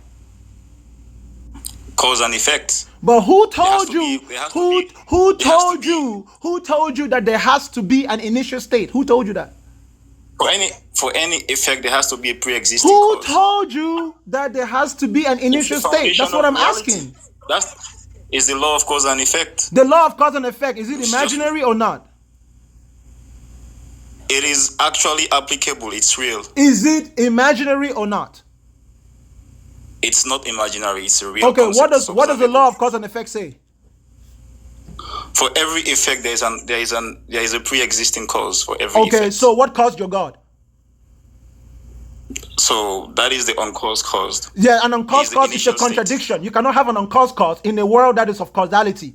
That is where your imagination comes in, and you go and destroy your very law of causality. You have used your imagination to go and split the law of causality into two to suit your own personal imaginary beliefs. If everything has a cause, your God must have a cause for the world to be a world of cause and effect. You can't just assume that there is an uncaused cause. You cannot just assume. That's an assumption. There is no evidence of an uncaused cause. Why are you so passionate? Why are you so passionate? Why are you so imaginary? Let's discuss. Why are you so imaginary? Let's discuss. Listen. So this is what I said to you. Your God is imaginary, just like you have imagined an uncaused cause. You cannot have an uncaused cause. That's a contradiction. It doesn't happen anywhere in nature. You can say I can imagine the existence of a God, but it doesn't mean he's not real. That's not what I said. I said your God was imaginary. I can imagine his existence. I said to you that your God is imaginary. Listen, bro. I didn't say anything. I did not say anything other than that your God is imaginary. So either your God is imaginary or he's not imaginary. If your God is imaginary, I don't care what else you say. I rest my case. Your God is imaginary. That's all I'm saying. No, he's not. He's not imaginary. Well, he's not imaginary. Point the finger to where your God is right now. I don't have to point for me because your God is imaginary. Because your God is imaginary. That's why you don't have to. So there is a very simple way to defeat this. 5,000 years ago, no one could point you to Mars. No one could imagine Mars, but Mars existed. So when something how do you know that 5,000 years ago no one could point to Mars? How do you know that? Were you there? No one could point to Mars using what technique? Were you there 5,000 years ago and you talked to everybody and no one could point to Mars? What observable tool were they using back then? The same tools they used to build the pyramids in perfect alignment with the stars. The same tools that they were using to navigate the ocean. 5,000 years ago, we didn't have telescope. 5,000 years ago, we didn't have how do you know that? How do you know that? Were you there? Have you found any artifact of a telescope 5,000 years ago? We found evidence that they had a complete... Hold up. We found evidence that they had an understanding of the celestial bodies just as much as we do. Of course they did. Okay, good. So you can't tell me that 5,000 years ago they didn't know that Mars was there. That has nothing to do with the fact that your God is imaginary. Sheik, that has nothing to do with the fact that your God is imaginary. Listen, let me tell you something, Sheik. Sheik, let me say something good. Let me say something to you, okay? Sheik, let me say something to you. It's okay if Allah is imaginary. It's okay if you made it up in your head, okay, bro? It's okay. I can imagine Allah's existence. It's okay. Our imagination is all we have. Our mind is all we have. Of course. That's why it's imaginary. No, it's how we come to conclusion. That is why it's imaginary. You can't understand reality without your mind. You can't understand reality. It doesn't change the fact that your God is imaginary. Abduction, deduction, and it doesn't matter. It doesn't change the fact. It doesn't defeat my point. My point is that your God is imaginary. I'm not asking you to rationalize why your God is imaginary and real. That's your problem. Your God is still imaginary. I can imagine God, but it doesn't mean he doesn't exist. Your God, okay. When you imagine God, what's the size of his head? I don't imagine his size of his head. What do you imagine? His existence. When you imagine his existence, what image comes to your head when you imagine his existence? His eternity. All right. What image comes to your head when you imagine eternity? Something always existing. That's just it. But what image comes to your mind? Describe that image in your mind. Light. That's all. Your light. He says he imagines light. That's why your God is imaginary. Listen, my brother. That is why your God is imaginary. Let me tell you what. Hold up. Let me tell you what happens in my head when I imagine Allah. I imagine two giant testicles. To me, every time I hear the word Allah, I imagine two fat, big testicles in space, male and female. That's fine. Yeah, that's fine. That's why it's imaginary. Fine. So I will give you a reason why I imagine Allah as a light. No, I don't need to know. No. Don't give me a reason why. As long as we concede that Allah. Listen, Sheik. Today's argument is not long, okay? I'm not going into the depths of Kuku Gaga land. My point today is straight. The Allah that you believe in, you have imagined it in your head.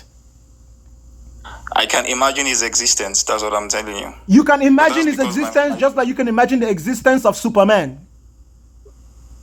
I don't imagine Superman's existence. Really? Hold on. I had no preconceived notions of Superman. Hold on. So you don't imagine Superman? No, I don't. So what is Superman? I saw Superman before. What is Superman? What is Superman? Superman is a character, but I have no imaginations of him. How did you know he was a character? How did you know he was a character if you didn't imagine it? By seeing him in a movie. So you saw Superman in a movie? It's not an imagination. So Superman is not imaginary. I have no preconceived notions of Superman. Hold on. So Superman is not imaginary. It's not imaginary to me. But your God is imaginary. I'm telling you for the 5th or the 6th time. I can imagine. I rest my case, Sheik. I rest my case. That means that, listen, the reason why you don't imagine Superman is because somebody else imagined Superman and then made it into a movie. So you saw the movie, right? Your God, the reason why you imagine your God is because your God doesn't exist. So you made it up in your head. I have no preconceived notions of Superman. I have no preconceived notions of Superman. I had no preconceived notions of him. They're just gonna keep talking. The point is that your God is imaginary. Whether you have preconceived notion of backwards conceived notions or under conceived notions, you can conceive any notion you want to conceive. That's why you say notion means idea, imagination. That's why your God is imaginary.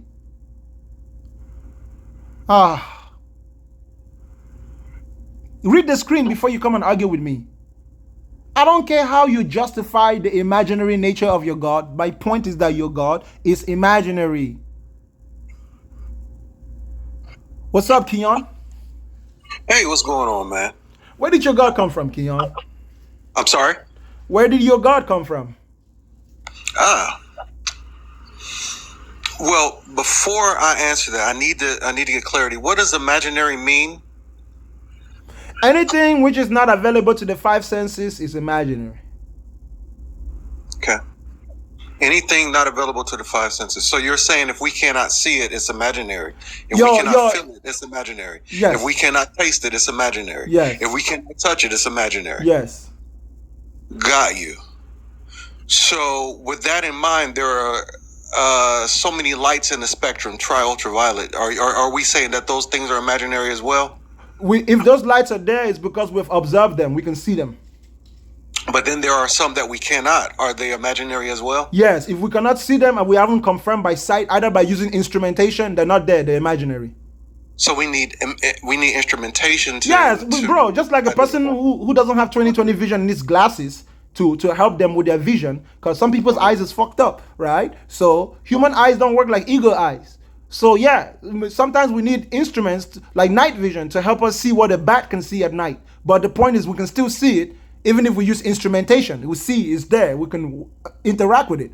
Now that makes sense. That makes sense. So we can use instruments to project our senses. That's true. That's not outside the realm of the five senses. But anything that is entirely only within your five senses, that's imagination. Purely imagination. Now, where did your God come from? Now you can answer my question. Where did your God come from? My God didn't have to come from anywhere. Who told you that? It's logic. What is logic? It is logic. Yeah, I understand, but what is logic? Logic, it makes sense. The logic is simple. Yeah. Hold on. But logic is the product of what? The imagination, right? No, it's not.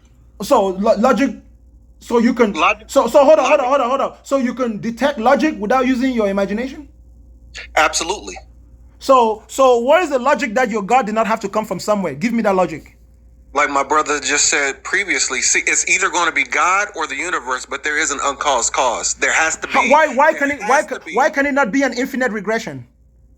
It can't be an infinite regression. Why not? Because time and space moves in a linear pattern. But time and space hold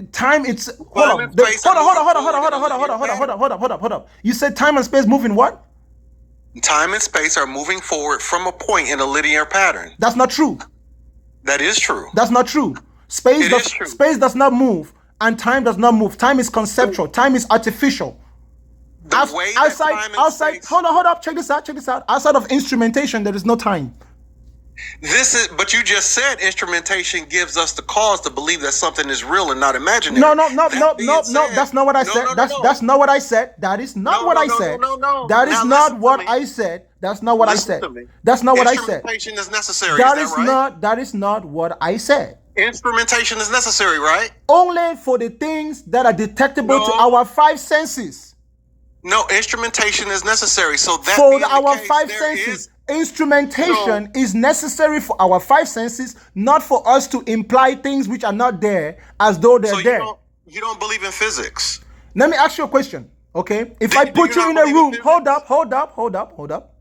If I put you in a room with no clock, and I put the light with no shadows in that room, how will you be able to tell time? It's a dark room.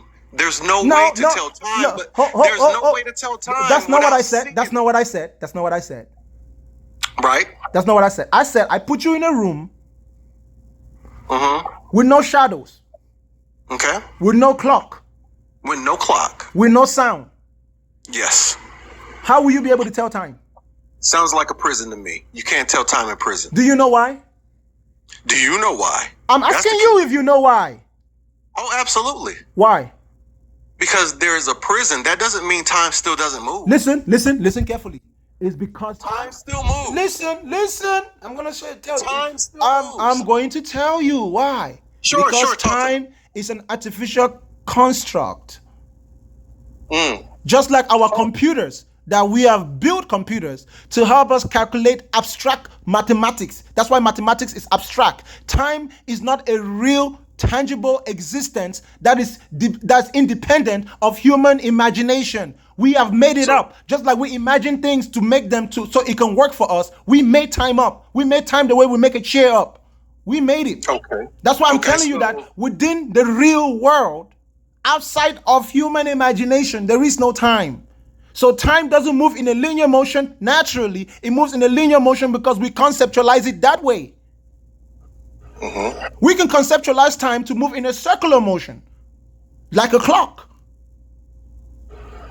We can follow the movements of the sun. When people used to sail in ancient times following the stars, they used to follow the North Star to circumnavigate. So that shows you that time can be linear, it can be square, it can be circular, it can be anything, because we make it up. That's why it's imaginary. I never say your imagination is useless, but you got to be able to know what is imaginary and what's not. So now you tell me that your logic tells you that you cannot have an infinite regression because time and space moves linear from a point. You cannot have an infinite regression. Yeah, why not? Because there must be an uncaused cause. That's an assumption. That's an assumption. No, it's not. That's an assumption. That's an assumption. An infinite regression is an illogical. Is illogical. No, an infinite regression is very logical. Let me give you an example, right? No. Okay, hold up. No, I'm with you. Let me prove to you that an infinite regression is actually the best way to mathematically and logically observe the world. Sure, go ahead. I asked you where your God came from, right? Yes. Now, what number in the number line, in the numerical system, is the uncaused cause? What number? Yeah. Explain that. Out of every number that you know, which one is the uncaused cause? It can neither be added to nor be subtracted from. It is neither positive nor is it negative.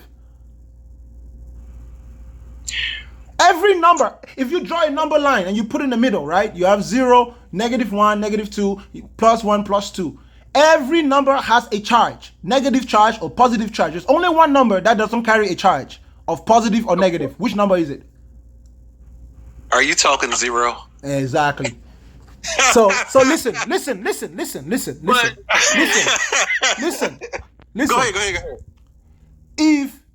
If there is no infinite regression, the only other possibility is that everything literally comes from nothing. Nothing. 0. But if you go past nothing, you go on the negative spectrum, which goes till infinity. You will never stop counting. That's why it's called an infinite regression. You will keep infinitely regressing. You will never find a number that is the lowest number. You always get to a number that there's always a lower number than the lowest number. You will never find a number that is the biggest number. There is always a bigger number than the biggest number. That is why our world is infinite in nature. You religious people, imagine you use your imagination to create an artificial barrier where you can locate your God, where you can install your God. You do realize you use the illogical mathematical truth or mathematical untruth in order to define God. What illogical mathematical truth did I use? Let's put it this way. Bro, you can't just use words. No. I didn't say anything right now which is not logical. We can use words, which is not illogical. But understand that then mathematics in and of itself becomes imaginary. Of course, it's abstract. But mathematics is just the way. Listen, let me show you something. Okay? The number 2, the idea of the number 2 is an idea. But you will never be able to see the number 2 outside of quantification. The reason why we use mathematics and number is to quantify and qualify so we can navigate our world. We can have a sense of being. Right? That's very true, but then that makes mathematics an instrumentation in which we use to see what is real and what is not, or what we can't see. Right. But that's like I said, does mathematics help us to quantify and qualify what is and what is not? That is why in this world, you can solve every problem in the world using addition, subtraction, multiplication, and division. Right? You either add to it, or you multiply it, or you divide it. Yes. Right? Now, yes. I'm telling you that there is no addition, no subtraction, no multiplication, no division that you can do to end up with a God. A God is a 100% imaginary concept that has no natural representation in the natural world. It's pure fiction. as mythological as mythology can be. That shit is 100% made up. And every religious person makes it up in their head. No, the fact that you just used mathematical equations shows us that there is a God. This shows us that there is order. It shows us that he exists. That it exists. Hold up. The fact that I just used mathematics that we made up proves that God exists? The fact that you use mathematics to quantify what is mathematically accurate. Remember, mathematics. Okay, go ahead. I want you to use mathematics to show me that God exists. So Hold up. I want you to use mathematics to show me that God exists. Well, listen to me now. Brother, I am listening to you, but I've asked you a question. Okay. Use mathematics the same way that I use mathematics to tell you what I think God is, right? Use mathematics to tell me what you think God is. The idea, I can do it in two ways. The first way is the idea that mathematics exists, that order exists mathematically, shows that God exists. Number two, that's a lie. That's buffoonery. That's buffoonery. Brother, you can't keep cutting me off. I am cutting you off because you're not answering my question. I did not say to you that. Have a conversation. Listen, let's talk about it. I used the numbers themselves to demonstrate. I said to you, what number is there that neither carries a positive nor negative? On the number line, right? We know how you know how to draw a graph. When you draw a graph, a perpendicular line, and you draw a horizontal line, the point at which the perpendicular line and the horizontal line meet, that is the point 0. In any direction from 0, you can either go 1, 2, 3, 4, or in any incrementation, you can go 2, 4, 6, 8, 10, 12, 14, 16. You can go in odd numbers, right? We have even numbers, odd numbers. You can count in any way. You can go A, B, C, D, or you can go negative A, B, C, D. That's how you can quantify. 0 is the point of origin. At the center, where there is a conversion. Bro, hold up. I'm trying to show something to you, bro. The point of conversion. You said to me that time and the universe and space was expanding linearly. Space and time cannot be expanding linearly outside of the depiction of a graph. That means that it's expanding from nothing. Is that what you're saying? Are you saying that your God came from nothing? No, I'm not saying my God came from nothing. So tell me. Listen. Hold up, bro. Hold up, bro. If your God does not come from nothing, what is the something from which your God comes? That's what I'm asking. He is the something from which everything comes. That's not the something from which everything comes is 0. Nothing. No, it's not. Yes, it is 0. No, it's not. You start counting from 0. No, it's not, because you're not a number. Listen. But you're not a number. Listen. So why apply to God what you can't even apply to yourself? You're not. Of course, I can apply it to myself because I told you how we use mathematics. Mathematics is used to quantify and qualify what is there and what is not there. Great. Yes. So I want you to use mathematics to qualify if there is a God or if there is not one. Mathematics is the most accurate human way of qualifying. There is no other method to qualify what is there and what is not there other than mathematically. It's impossible to do that. And that's what I've been trying to do, but you won't let me talk it all out. Then if your God does not come from 0, which is the beginning place, that is where does your God come from? Give me the number that qualifies and quantifies the existence of your God. You're moving the goalpost. Here. So I have not moved the goalpost. Just because you're deflecting from my question does not mean that I'm moving the goalpost, brother. You will answer my question rather than deflecting. I said to you, what is the number that quantifies and qualifies the existence of your God? Or what is the equation? Give me the formula by which you came to qualify what your God is, right? This plus this equals God. This times this equals God. Give me the equation so I can independently solve that problem of whether God exists or God does not exist, or where God comes from or where God does not come from. We can take word problems and put them in numerical ways. That's how we build bridges. That's how we make anything in our world, right? That's how we quantify things. That's how we solve money, in economics, everything we do. That's how logic works. Logic is a pattern, an algorithm.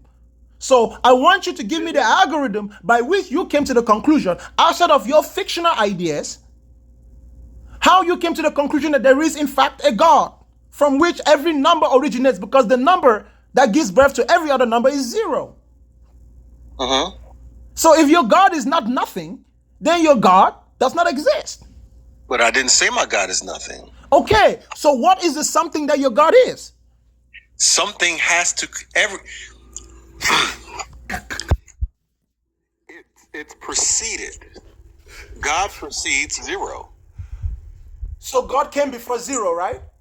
God precedes zero, but no, hold up. Here's what you anything which comes before zero is a negative. It doesn't exist.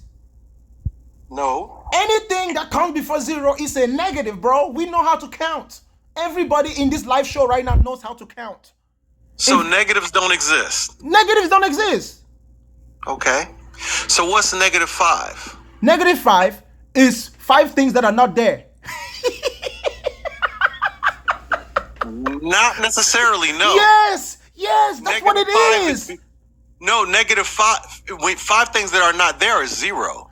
-5 is different. Listen. -5 represents 5 things that were there but are no longer there.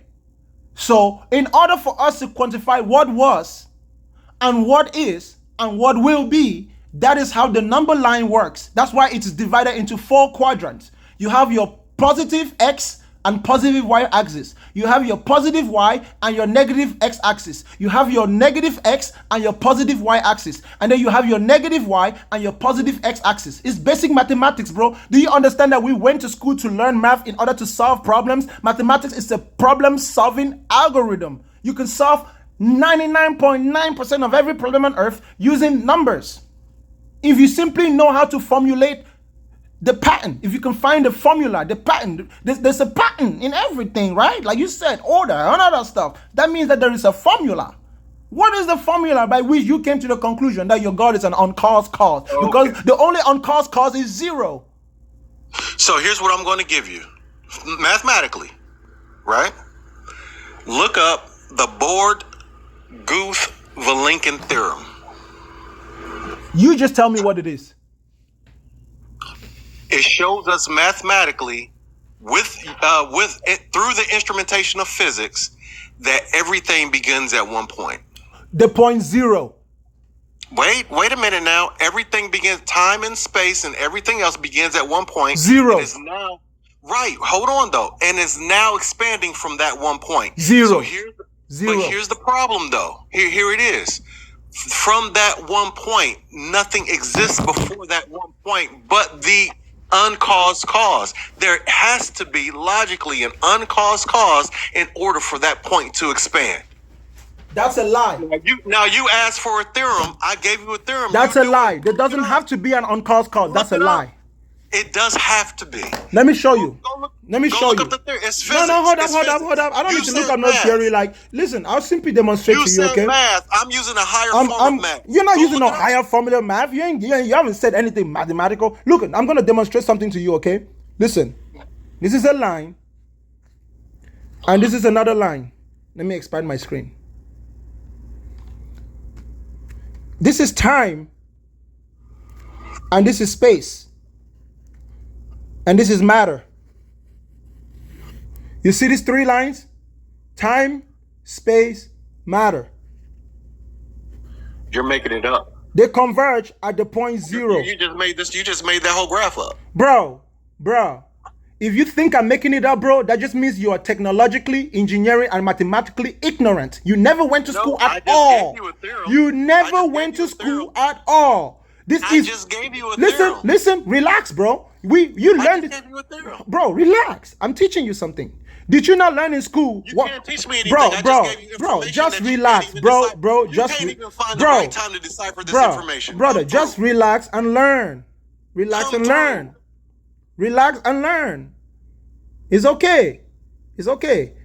Come through. When you went to school, you just making that up. Bro, just relax. I'm showing you something. What theorem is this? Relax, let me finish. I will show you. This is the x-axis, like you learned in school, and this is the y-axis. Some smart human beings figured that out long ago, right? That in our 3-dimensional world, this is how you can pretty much break down all of reality. Now, you have the point 0. Much, huh? Listen, bro, you have the point 0. Who said this? Bro, let me finish demonstrating, bro. You have 1, 2, 3, 4, 5. Bro, I'm just teaching you your basic math that you learn in school. Just relax. And then you have this, and that, right? And then even here, you have this, and that. Here you have this, that, right? On this line, you also have this, and that. Now, every shape that is possible in our reality falls within this spectrum. And it can be quantified and qualified within the spectrum. Whether it is a circle, even if it is a cylinder, you can still quantify that cylinder by simply shifting the axes, right? You draw another circle here and create another axis here, and this will become 0.0. When you connect these two shapes, you get a cylinder. So one-dimensionally, one x and one y-axis is one dimension. When you have two y-axis and two x-axis, you get a shape, a structure, right? I can make a cube out of this the same way. If I make four of them, I can get a cube. That is how our reality works. Everything is qualifiable within this spectrum. This is simple shit. You went to school. You learned this shit in trigonometry, bro. They taught you this thing in school. Y'all just went to school and learned how to pass a test. You never allowed this shit to dwell in your brain. That's why you have problems in your day-to-day lives. You can solve every problem. Listen, this is called a 90-degree angle, bro. Let me show you something, bro.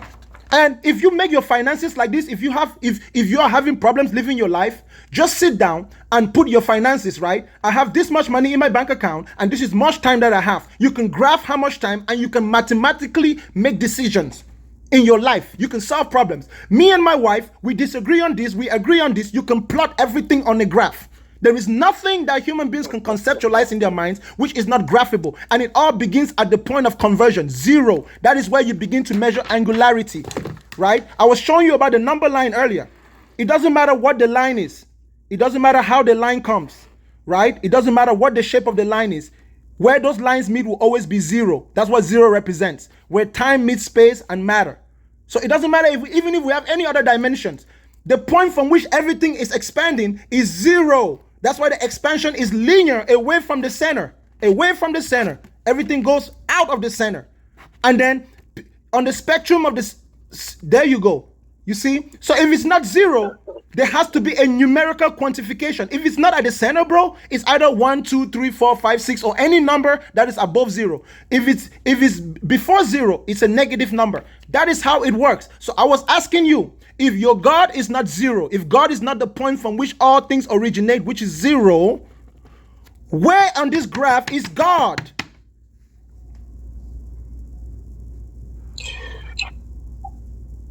Your graph. That is the laugh of a man who has been. That's the laugh of a man who just got his ass whooped. No, man, no, that's not it. I'm telling you, straight facts.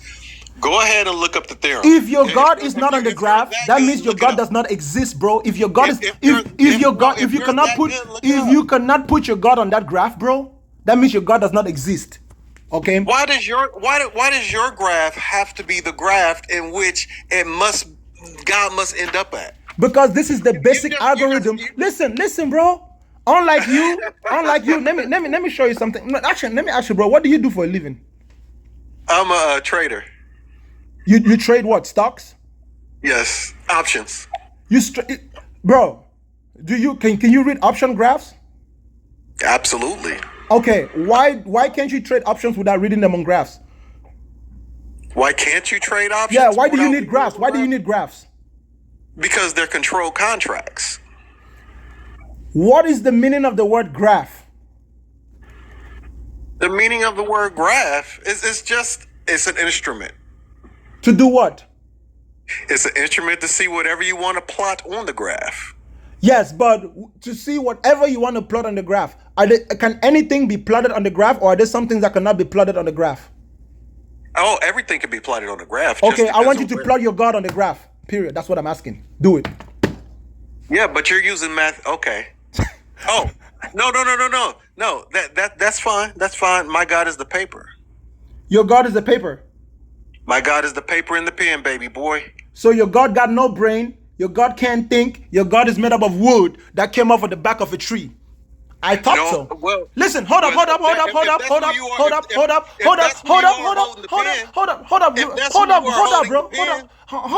If that's who you are holding the pen, hold up, bro. This can hold up. This conversation could be infinitely regressive as well. Bro, hold up. Let me teach you something. The paper does not make the graph. The paper cannot create the graph. You made the graph. Yes. So that means that if God is the paper, God is not the creator. Use your brain. Did you hear what I said? I said the paper and the pen. Listen. The pen does not make the graph. You did. There takes some level of intelligence so to the create paper, the graph. bro, listen carefully. The paper and the pen are instruments that I use to make the graph. If God is the pen and God is the paper, that means somebody is using God. Yes, I'm gonna use this term very loosely. That means, takes some level of intelligence to make the graph. Hold up. Check this out. If God is the pen and God is the paper, that means that somebody is using God. Do you want to know who uses pen and paper? People. You know how people do it? Through their imagination. Hence, my image on the screen says God is imaginary. So that means your graph is imaginary? Of course it's imaginary. It's a product of my imagination, is it not? Brother, you are arguing in a circle. Bro, I'm not arguing in a circle. You are thinking that your problem. Let me tell you what your problem is. You are confusing the word imaginary. You are confusing the word reality and imaginary. I told you that imagination is conceptualization. Imagination is conceptualization. Imagination is conceptualization, and what I just demonstrated to you was conceptualization. I never at any point said that I was not conceptualizing. The only difference between my conceptualization and yours is that mine is observable independently within reality if you understand the concept. But your concept of God is not observable within reality. The idea of an uncaused cause cannot be observed anywhere within reality. It is observable in reality. Tell me what in reality, tell me what in reality you have ever observed not being caused. Not being caused? Yes. Because you cannot know that something is an uncaused cause in reality without observing it not being caused. So listen, bro.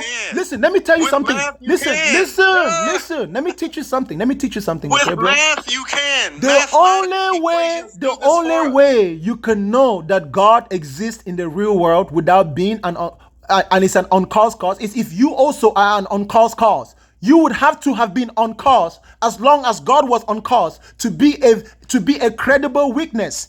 If you did not witness it, you are making that shit up in the back of your head and you cannot demonstrate in any way, shape, or form. Okay, so let me ask you this. If I go and find, say, a cell phone, is it unintelligent? Is it imaginary to say that belongs to somebody or somebody made that? If you find a cell phone, and you don't know who made it, you don't know how it was made, you would have to imagine that somebody made it. Yes. You don't have to imagine. Yes, you have to. Yes, you have to. If you don't know who, if you listen, bro. That's how the imagination works. The imagination is a way that you do things that you don't know. If you cannot tell me, listen. If you cannot tell me who made that specific phone, I mean, like who made the screen, who made the chips, who coded that specific phone, you have to imagine how it was made. So even if your imagination can be backed by reality, you still have to imagine it. You've given me two definitions of imagination though. One version of imagination you've given me is called conceptualization. Conceptualization doesn't make anything non-existent or unexistent or unreal.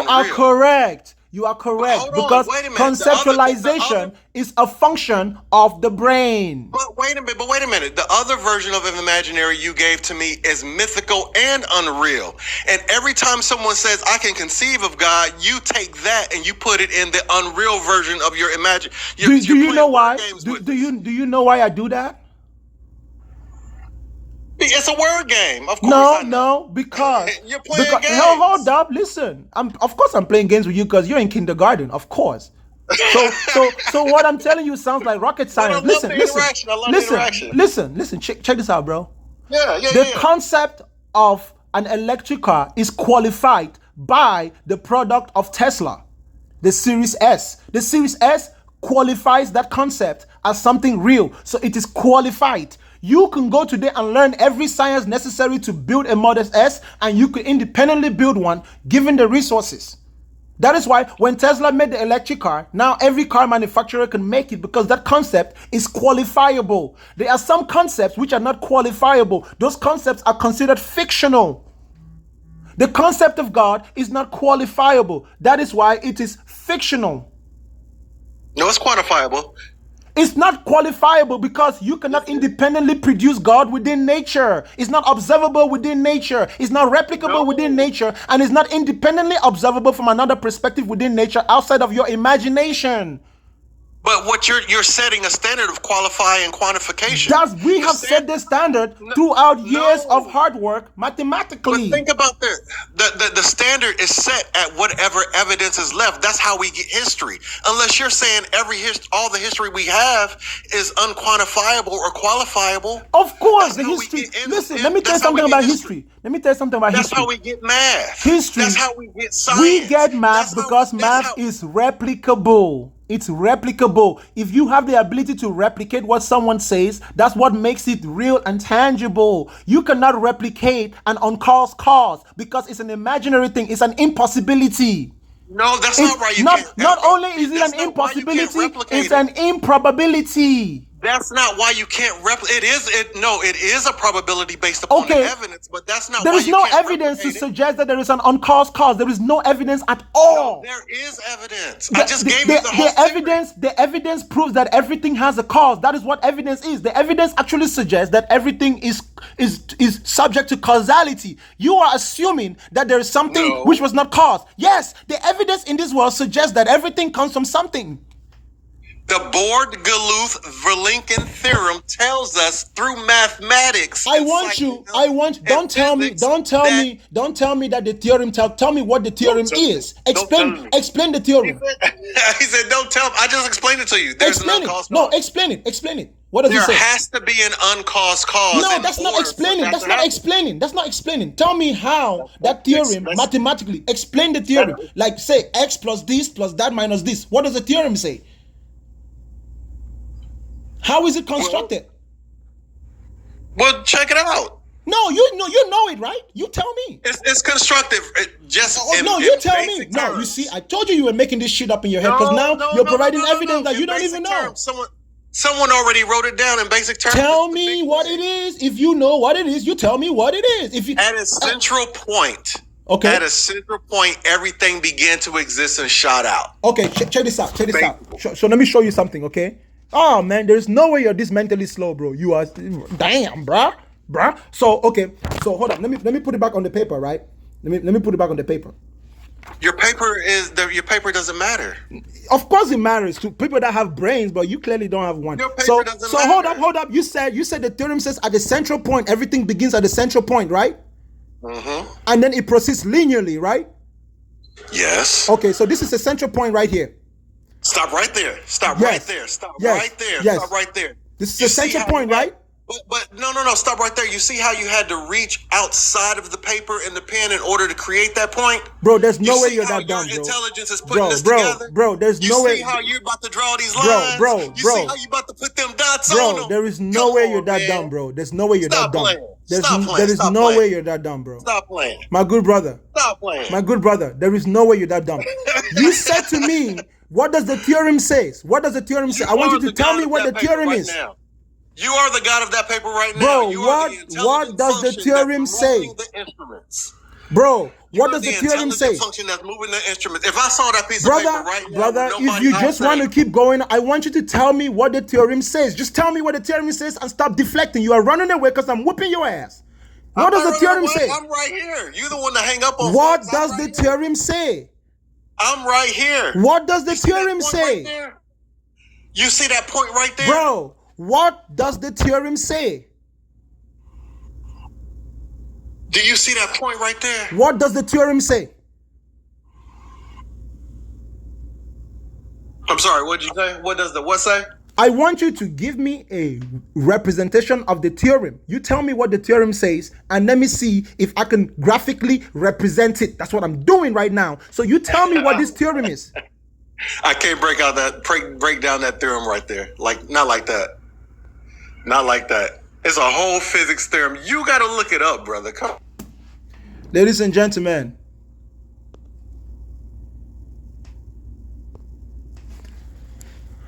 there is a theorem that says the universe begins at a singular point.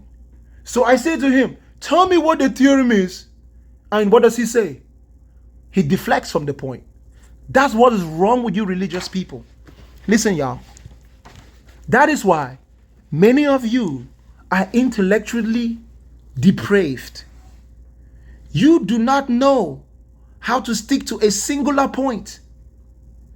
If everything begins from a singular point, right? I'll actually go ahead and demonstrate it because I know there's still a lot of slow people in the comment section. This is what he was saying. Everything begins from a singular point and proceeds in a linear motion. So if I start from this point and I go up straight, I get a straight line. If I start from this point and I go down straight, I get another straight line. If I stand from this point and I go straight like this, I got another straight line. If I stand here, I got another straight line. You know what this makes this point? That is zero. That is zero. Look at it. And from here, every other point and every other line proceeds. You see that, y'all? There is no way you're that slow. There is no way you're that slow. There is no way absolutely in this world you are that slow. You see what I'm saying? If everything proceeds out of a singular point, that is a graph. That is a graph. You learned this thing in school. Most of you might be dropouts. You have substituted your intellectual capacity for spiritual buffoonery. Y-axis, x-axis, 90-degree angle, 180-degree angle, 360-degree angle. You go around, you get more angles. You go around, you get more angles. You go around, you get more angles. You go around, you get more angles.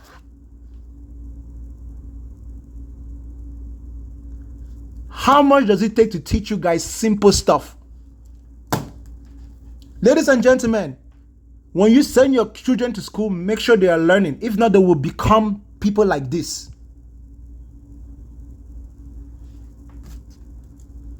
This is how the universe works. And it intersects. There's different points.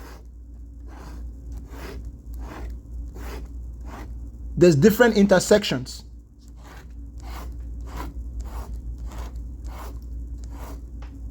Different intersections. These structures were found in the pyramid. It's called the flower of life. You see that? It has nothing to do with a god. This has nothing to do with a god. Look at this. This has nothing to do with a god.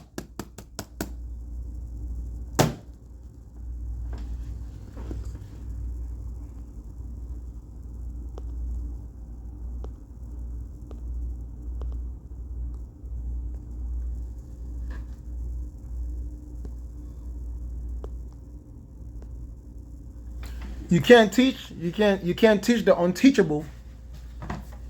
You can't teach a goat. That man says he trades options. That man ain't trading no options. He ain't got a job. Any successful option trader is not on TikTok. What are you talking about? Like, all this shit you talking about doesn't make sense because religion itself is about what you believe. It's about your belief. So it's not faith without sight. You ever heard that?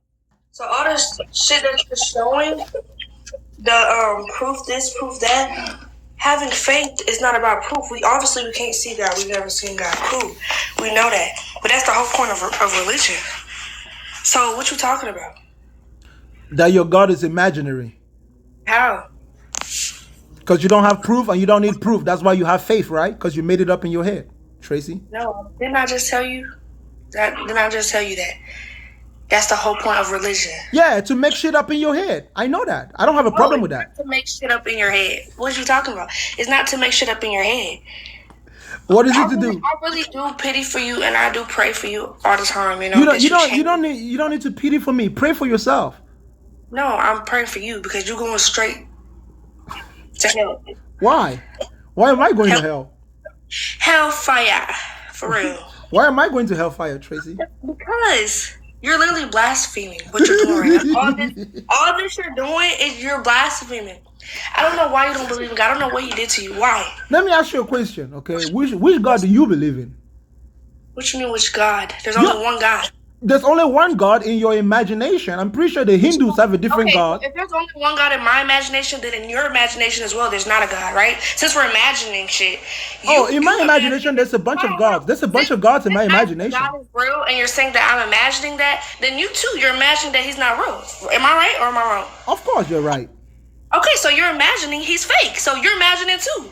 So let me ask you something. Between my imagination and your imagination, whose imagination is observable? Doesn't fucking matter. Of course it matters. That's how evidence works. Okay, mine's is. How is yours? How is yours? How? What's the name of your God? What do you mean, what's his name? I mean, you say your God is observable, right? What do you mean, what's the name of my God? God, that's his name. No, God is a title. No, God is not a title. God is a title. It's not a name. No. Different gods have different names. Listen, okay, Tracy. The God that I serve only has. Tracy, listen. This is what I'm saying to you. We know that you made that shit up in your head, and it's okay. Who made that? Who? We know that God that you believe in, that you're praying to, we know that it's your imaginary friend. Just like the 5-year-old girl that has an imaginary friend, we know you like to talk to imaginary people. We know you hear voices in your head. I talk to imaginary people. That's crazy. Oh, how do you pray then? When you're praying, who are you talking to? I'm talking to God. What you mean? Have you ever seen God? God that is in heaven. Have you been to heaven? Who said I'm immature? Sugar Bear, you're immature. Get the fuck out of my face. No, I haven't been to heaven. Like, you haven't watched on YouTube all them people that tells their stories about how they went to heaven and came back, or how they went to hell and came back. And some of them said they saw Michael Jackson in hell, and some said they saw him in heaven. Some said they saw Whitney Houston in purgatory. Some said they saw her in hellfire. Some contradictions. A bunch of liars. It's not. A bunch of liars. All of them. I feel like a lie can be if one person or two people say it. But if it's a group of people, most likely it's not a lie. How many people do you know who said they saw Jesus and he was a black man, and some said they saw Jesus and he was a white man? I've never heard that. Okay, because you clearly haven't been listening to those testimonies that you're talking about. I have, though. Okay, tell me, what was the last one you heard? Boy. Oh my gosh. Yeah, what was the last one you heard? I'm not gonna do all that. All I'm saying is have faith. Tracy. The only reason why I'm going easy on you is because you're pretty. If not, I'll be embarrassing you right now. But I already know. All the science shit you showing, zigzag, right, left, up, down, all that you showing, God's not listening to none of that. Just have faith. Tracy, what's your highest level of education? When you die. What's your highest level of education, Tracy? High school. I've graduated high school. Yeah, I knew you didn't go to school. I know you don't have college education. That's why you think like that. When you die, there's only one person who can judge you. And you will stand before him in judgment day. And all the shit you doing, he's going to show you all that. And you're going straight in fire. Tracy, let me tell you the real truth. When you die, and you go before the throne, you're going to look up there, and I'm going to be the one sitting on the throne. Because if I die before you, I'm going to whoop your God's ass, and I'm going to kick him out, and I'm going to sit on his throne. And when you come there, I just let you into heaven. I'll let you have whatever you want to have. You can have as many boyfriends as you want to in heaven. You can have as many kids. You can do whatever you want to do in heaven. So where we going when we die? Nowhere. Dead men tell no tales. They go nowhere. So when you die, I'm just in the grave forever? That's it. You cease to exist. What about your soul? You don't have a soul. Who don't have a soul? You. Maybe you. I have a soul. Where's your soul at? What do you mean, where's my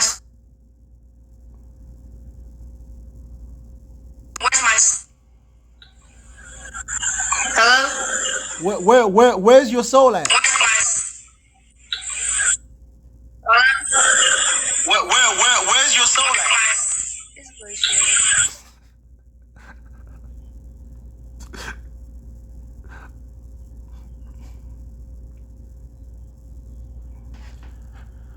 Religion has legalized mental madness.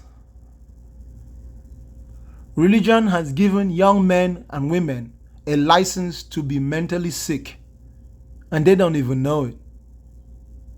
This is sad. Legalized madness. She said she had a soul.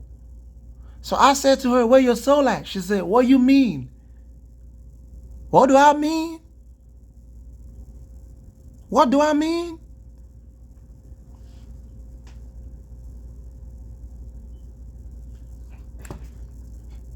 Listen, she's a pretty woman.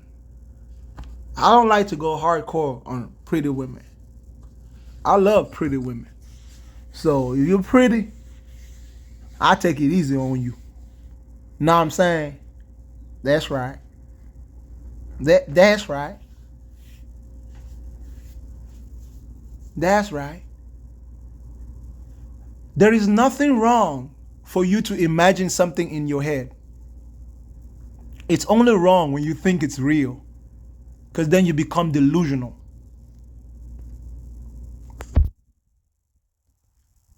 She is kind of pretty slow. I tell you that. Tracy, you was kind of pretty slow.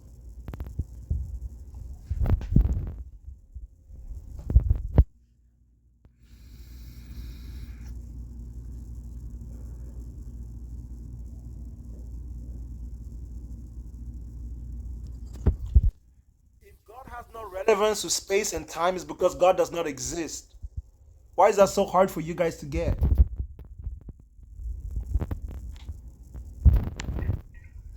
Mr. Best. Can you hear me? Yes, sir. Tell me, where does your God come from? Yeah, how are you? Where does your God come from? I would like to use question to answer that question. No, sir. Yeah, that's what I'm saying. I said I would like to use question.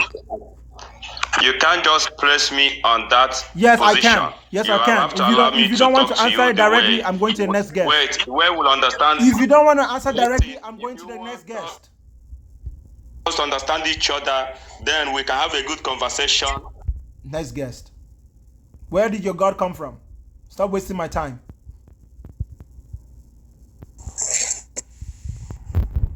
Hey, how you doing? Doing good. Where did your God come from? Where did my God come from? Well, I mean, I have hardcore proof that you can recreate out in nature and experiment all you want that God is real. Where did your God come from? Yeah, well, logically, if you're asking where my God came from, he's eternal. How do you know that he's eternal? Are you eternal? No, I'm not eternal. So you imagined it in your head that your God is eternal, right? No. You're just using logic as an excuse to justify your imagination that your God is eternal. Because my grandmother is eternal. So are my testicles. My testicles are also eternal. Is the universe eternal? With that same logic. No, my testicles are eternal. I don't know about the universe, but I'm telling you that my testicles are eternal. No, I wasn't. But is the universe eternal? The universe is not eternal. Not eternal, yes. But with that same logic, you don't sound smart. So stop talking over me. Let me finish. Like I said, if you say to me that your God is eternal, and yet you are not eternal, you are making that shit up in your head. Is the universe eternal? The universe does not even exist. In your head. You're making it in your head. Were you there? Of course. Of course it's imaginary. That's why I told you that the universe doesn't even exist. Let me finish. I was trying to answer your question, and you just don't want me to get... Where did your God come from? love to answer that for you. Where did your God come from? Answer it. Yeah, so God has always existed because the How do you know universe that? is made- How do you know that?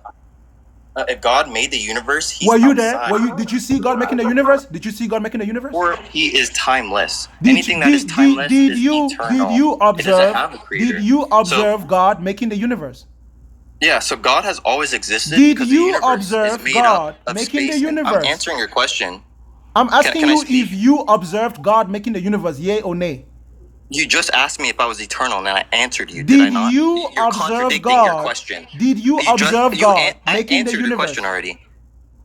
Did you? Am I eternal? Did you observe God Am I making the eternal? universe? You asked me. I'm gonna ask you Am one I last eternal? time, then I'm going to the next guest, bro. I'm not playing with you. Did you observe God making the universe? So, like I said, God has always existed because the universe. That's not my question. Did you observe God making the universe? Do you not like the answer I'm giving you because it's factual? Next guest. Religious people are the masters of deflection. They can't answer simple question. The question is simple. If you're not smart enough to answer the question, I don't want to listen to your linguistic gymnastics. You answer the question directly. You guys don't like to hear that your God is... Listen, for a long time, religious people would just kill whoever disagreed with them. You guys can't kill people no more. You can't murder people no more. So we are here to tell you that we see through the bullshit and you guys can't take it. You can't stomach it. We know you are making that shit up in your head. You're not going to rationalize it. You can twist it, you can bend it, you can go up and down. You are still making it up in your head and it's not observable within reality. If it was observable, we wouldn't be having this conversation.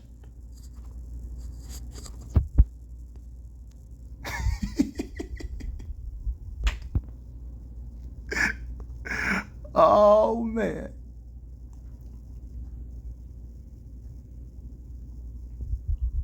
Yahweh is the truth of the back of your head. Like I said, you are making that shit up in your head, and we know it. Just because you like to lie to yourself doesn't mean everyone is like you. What's up, Christopher? Peace, peace. You can hear me? Yes, sir. Where did your God come from? The beginning. Your God came from the beginning? Yes, sir. Where did the beginning come from? I wasn't there. So how do you know that your God came from the beginning if you wasn't there? Nature. What about nature? Nature been here since the beginning. Were you there? No. How do you know? But let me... Because it's here now. It's been here before anybody. But how do you, so what makes you think that there was a beginning? But how do you know? I know Yeah, because listen. I know because every time a religious person opens their mouth to talk about God, they only tell us what they imagine and they contradict each other. They don't even say the same thing. What I do know is that God is imaginary because that's how you guys portray God. You just make it up in your head and you just don't realize that. So who created humans? Human beings were not created. So how did we come about? Your father and your mother went under the blanket and your father went into your mother with the thing that hangs beneath his testicles and he pissed sperm into her. I'm telling you now. And he pissed sperm into her. There was fertilization and you came into being. True. Okay, so how did the first human being come into existence? His father used his testicles to impregnate his mother. Okay. So who created this thing we in since you... It wasn't created. It wasn't created. How did it come about? It's just been here. No. You got to answer that because since you up here telling listen. Like I said to you, it's just been here. You telling everybody not to... Listen, bro. Listen. Didn't you hear my answer? It's always been here because nobody can tell you of a time or provide evidence of a time when it wasn't here. So you don't know? I do know. No. You don't. The correct answer you want to say is I don't know. No, the answer that I'm telling you is that I do know. I do know. Do you know anyone? Listen, let me ask you a question, bro. Point me out to it. Since the day you have been born, do you know anyone that was here before this world was here? No, you're not gonna skip over my. You gonna point out how was this created? Because you say you know. Next guest. Some of you guys are just too confused. It's not even worth the time. If you don't know anyone that was here before the earth was here, why are you going to assume that it hasn't always been here? It's always been here. Until proven otherwise. Until there is evidence that, look, this is what it was before the world was here. Okay. What's up, Jovely? What's up, Makanga? Where did your God come from? I don't know. You're a smart man. I don't know. I'm just learning. You're a smart man, but I can tell you where your God come from. Yes, I would like to hear you. From your imagination. Imagination? Yeah, you made it up in your head. So do imagination have power? It has the power to make shit up in people's heads. So life is pretty much based on imagination then? Some things in life. Just the way like people manifest stuff like by imagining it and then making it happen to motivate yourself to do certain stuff just because you imagine it? It's not everything that you imagine that you can manifest. Some things you imagine, some things you imagine, but you cannot manifest it. For example, right now I'm imagining that I'm the one who impregnated your mother. I'm your father. But can I manifest that? Obviously no. Okay. Some people imagine that they are women, even though they are men. But when we look at them, we can see that they are men. So just like people imagine that type of shit, you also imagine in your head that there is a God. That's tough. That's tough because you know stuff like that have power, and I don't want to go against certain stuff. But at the same time, it's always good to learn. It is perfectly okay if you understand that your God is imaginary. You can do with it what you want. It's okay. What about the quote about saying, like, you know, something that you can't see have a lot of power? Like, for example, like they say, like the people that's dead, sometimes your ancestors, they have powers. The only power that your ancestors have is the power of the fact that they don't exist. Why do I sometimes see them in the dreams? Like, for example, if I want to know certain stuff. That's why dreams are not real. Rituals. That's why dreams are hallucinations.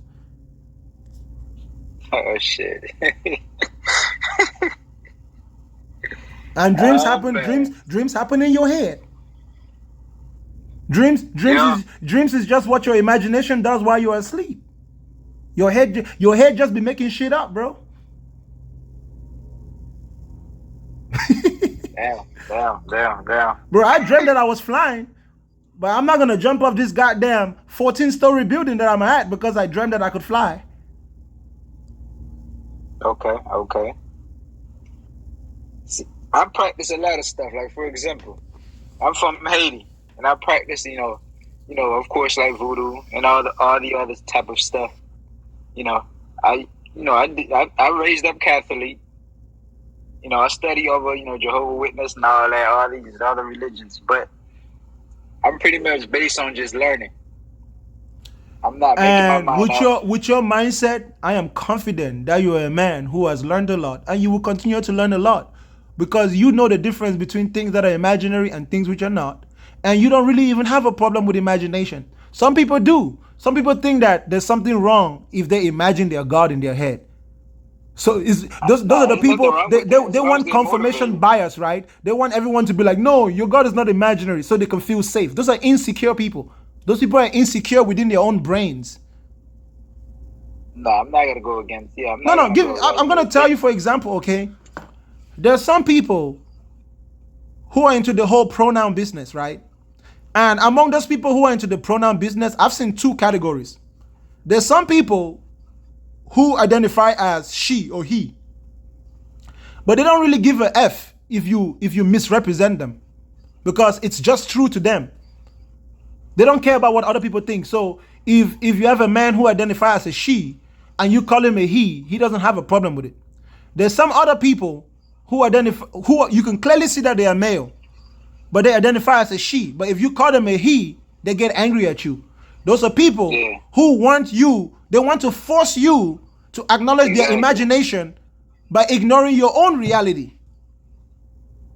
Exactly. I'm not about you. That's exactly the same thing with religious people. You can imagine whatever God you want to imagine in the back of your head. it doesn't make it real. It's okay if you're a man and you think you're a woman. It's okay. I don't have to think that. True. So what do you have to say about voodoo? Because that's all about practicing. So you can't really imagine too many stuff. Voodoo is partly superstitious, partly traditional, and partly scientific. It really depends on how you're looking at it. Okay. Yeah, there's many superstitious aspects to it. You know how human beings are, bro? Human beings like to exaggerate simple things. And there's some people who exaggerate voodoo. They call it black magic. There's nothing black magic about it. That's superstition. Nah, there's nothing wrong with that. It depends on how they use it. Nothing wrong with that. Facts. It's the traditional medical system, traditional cultural system of some people. But thank you for your time, brother. You and I are not disagreeing. All right. Ladies and gentlemen, it's time for me to call it quit. As you guys can hear, my phone keeps ringing. Some people need to get in touch with me. Today was a good show, y'all. We've been online for exactly 4 hours. As we speak right now, it's been exactly 4 hours. So next time, catch me next time. But don't forget, your God is imaginary. And we know it. I'm out of here, y'all. Oh, man. All right. You have a good one. Yes, sir.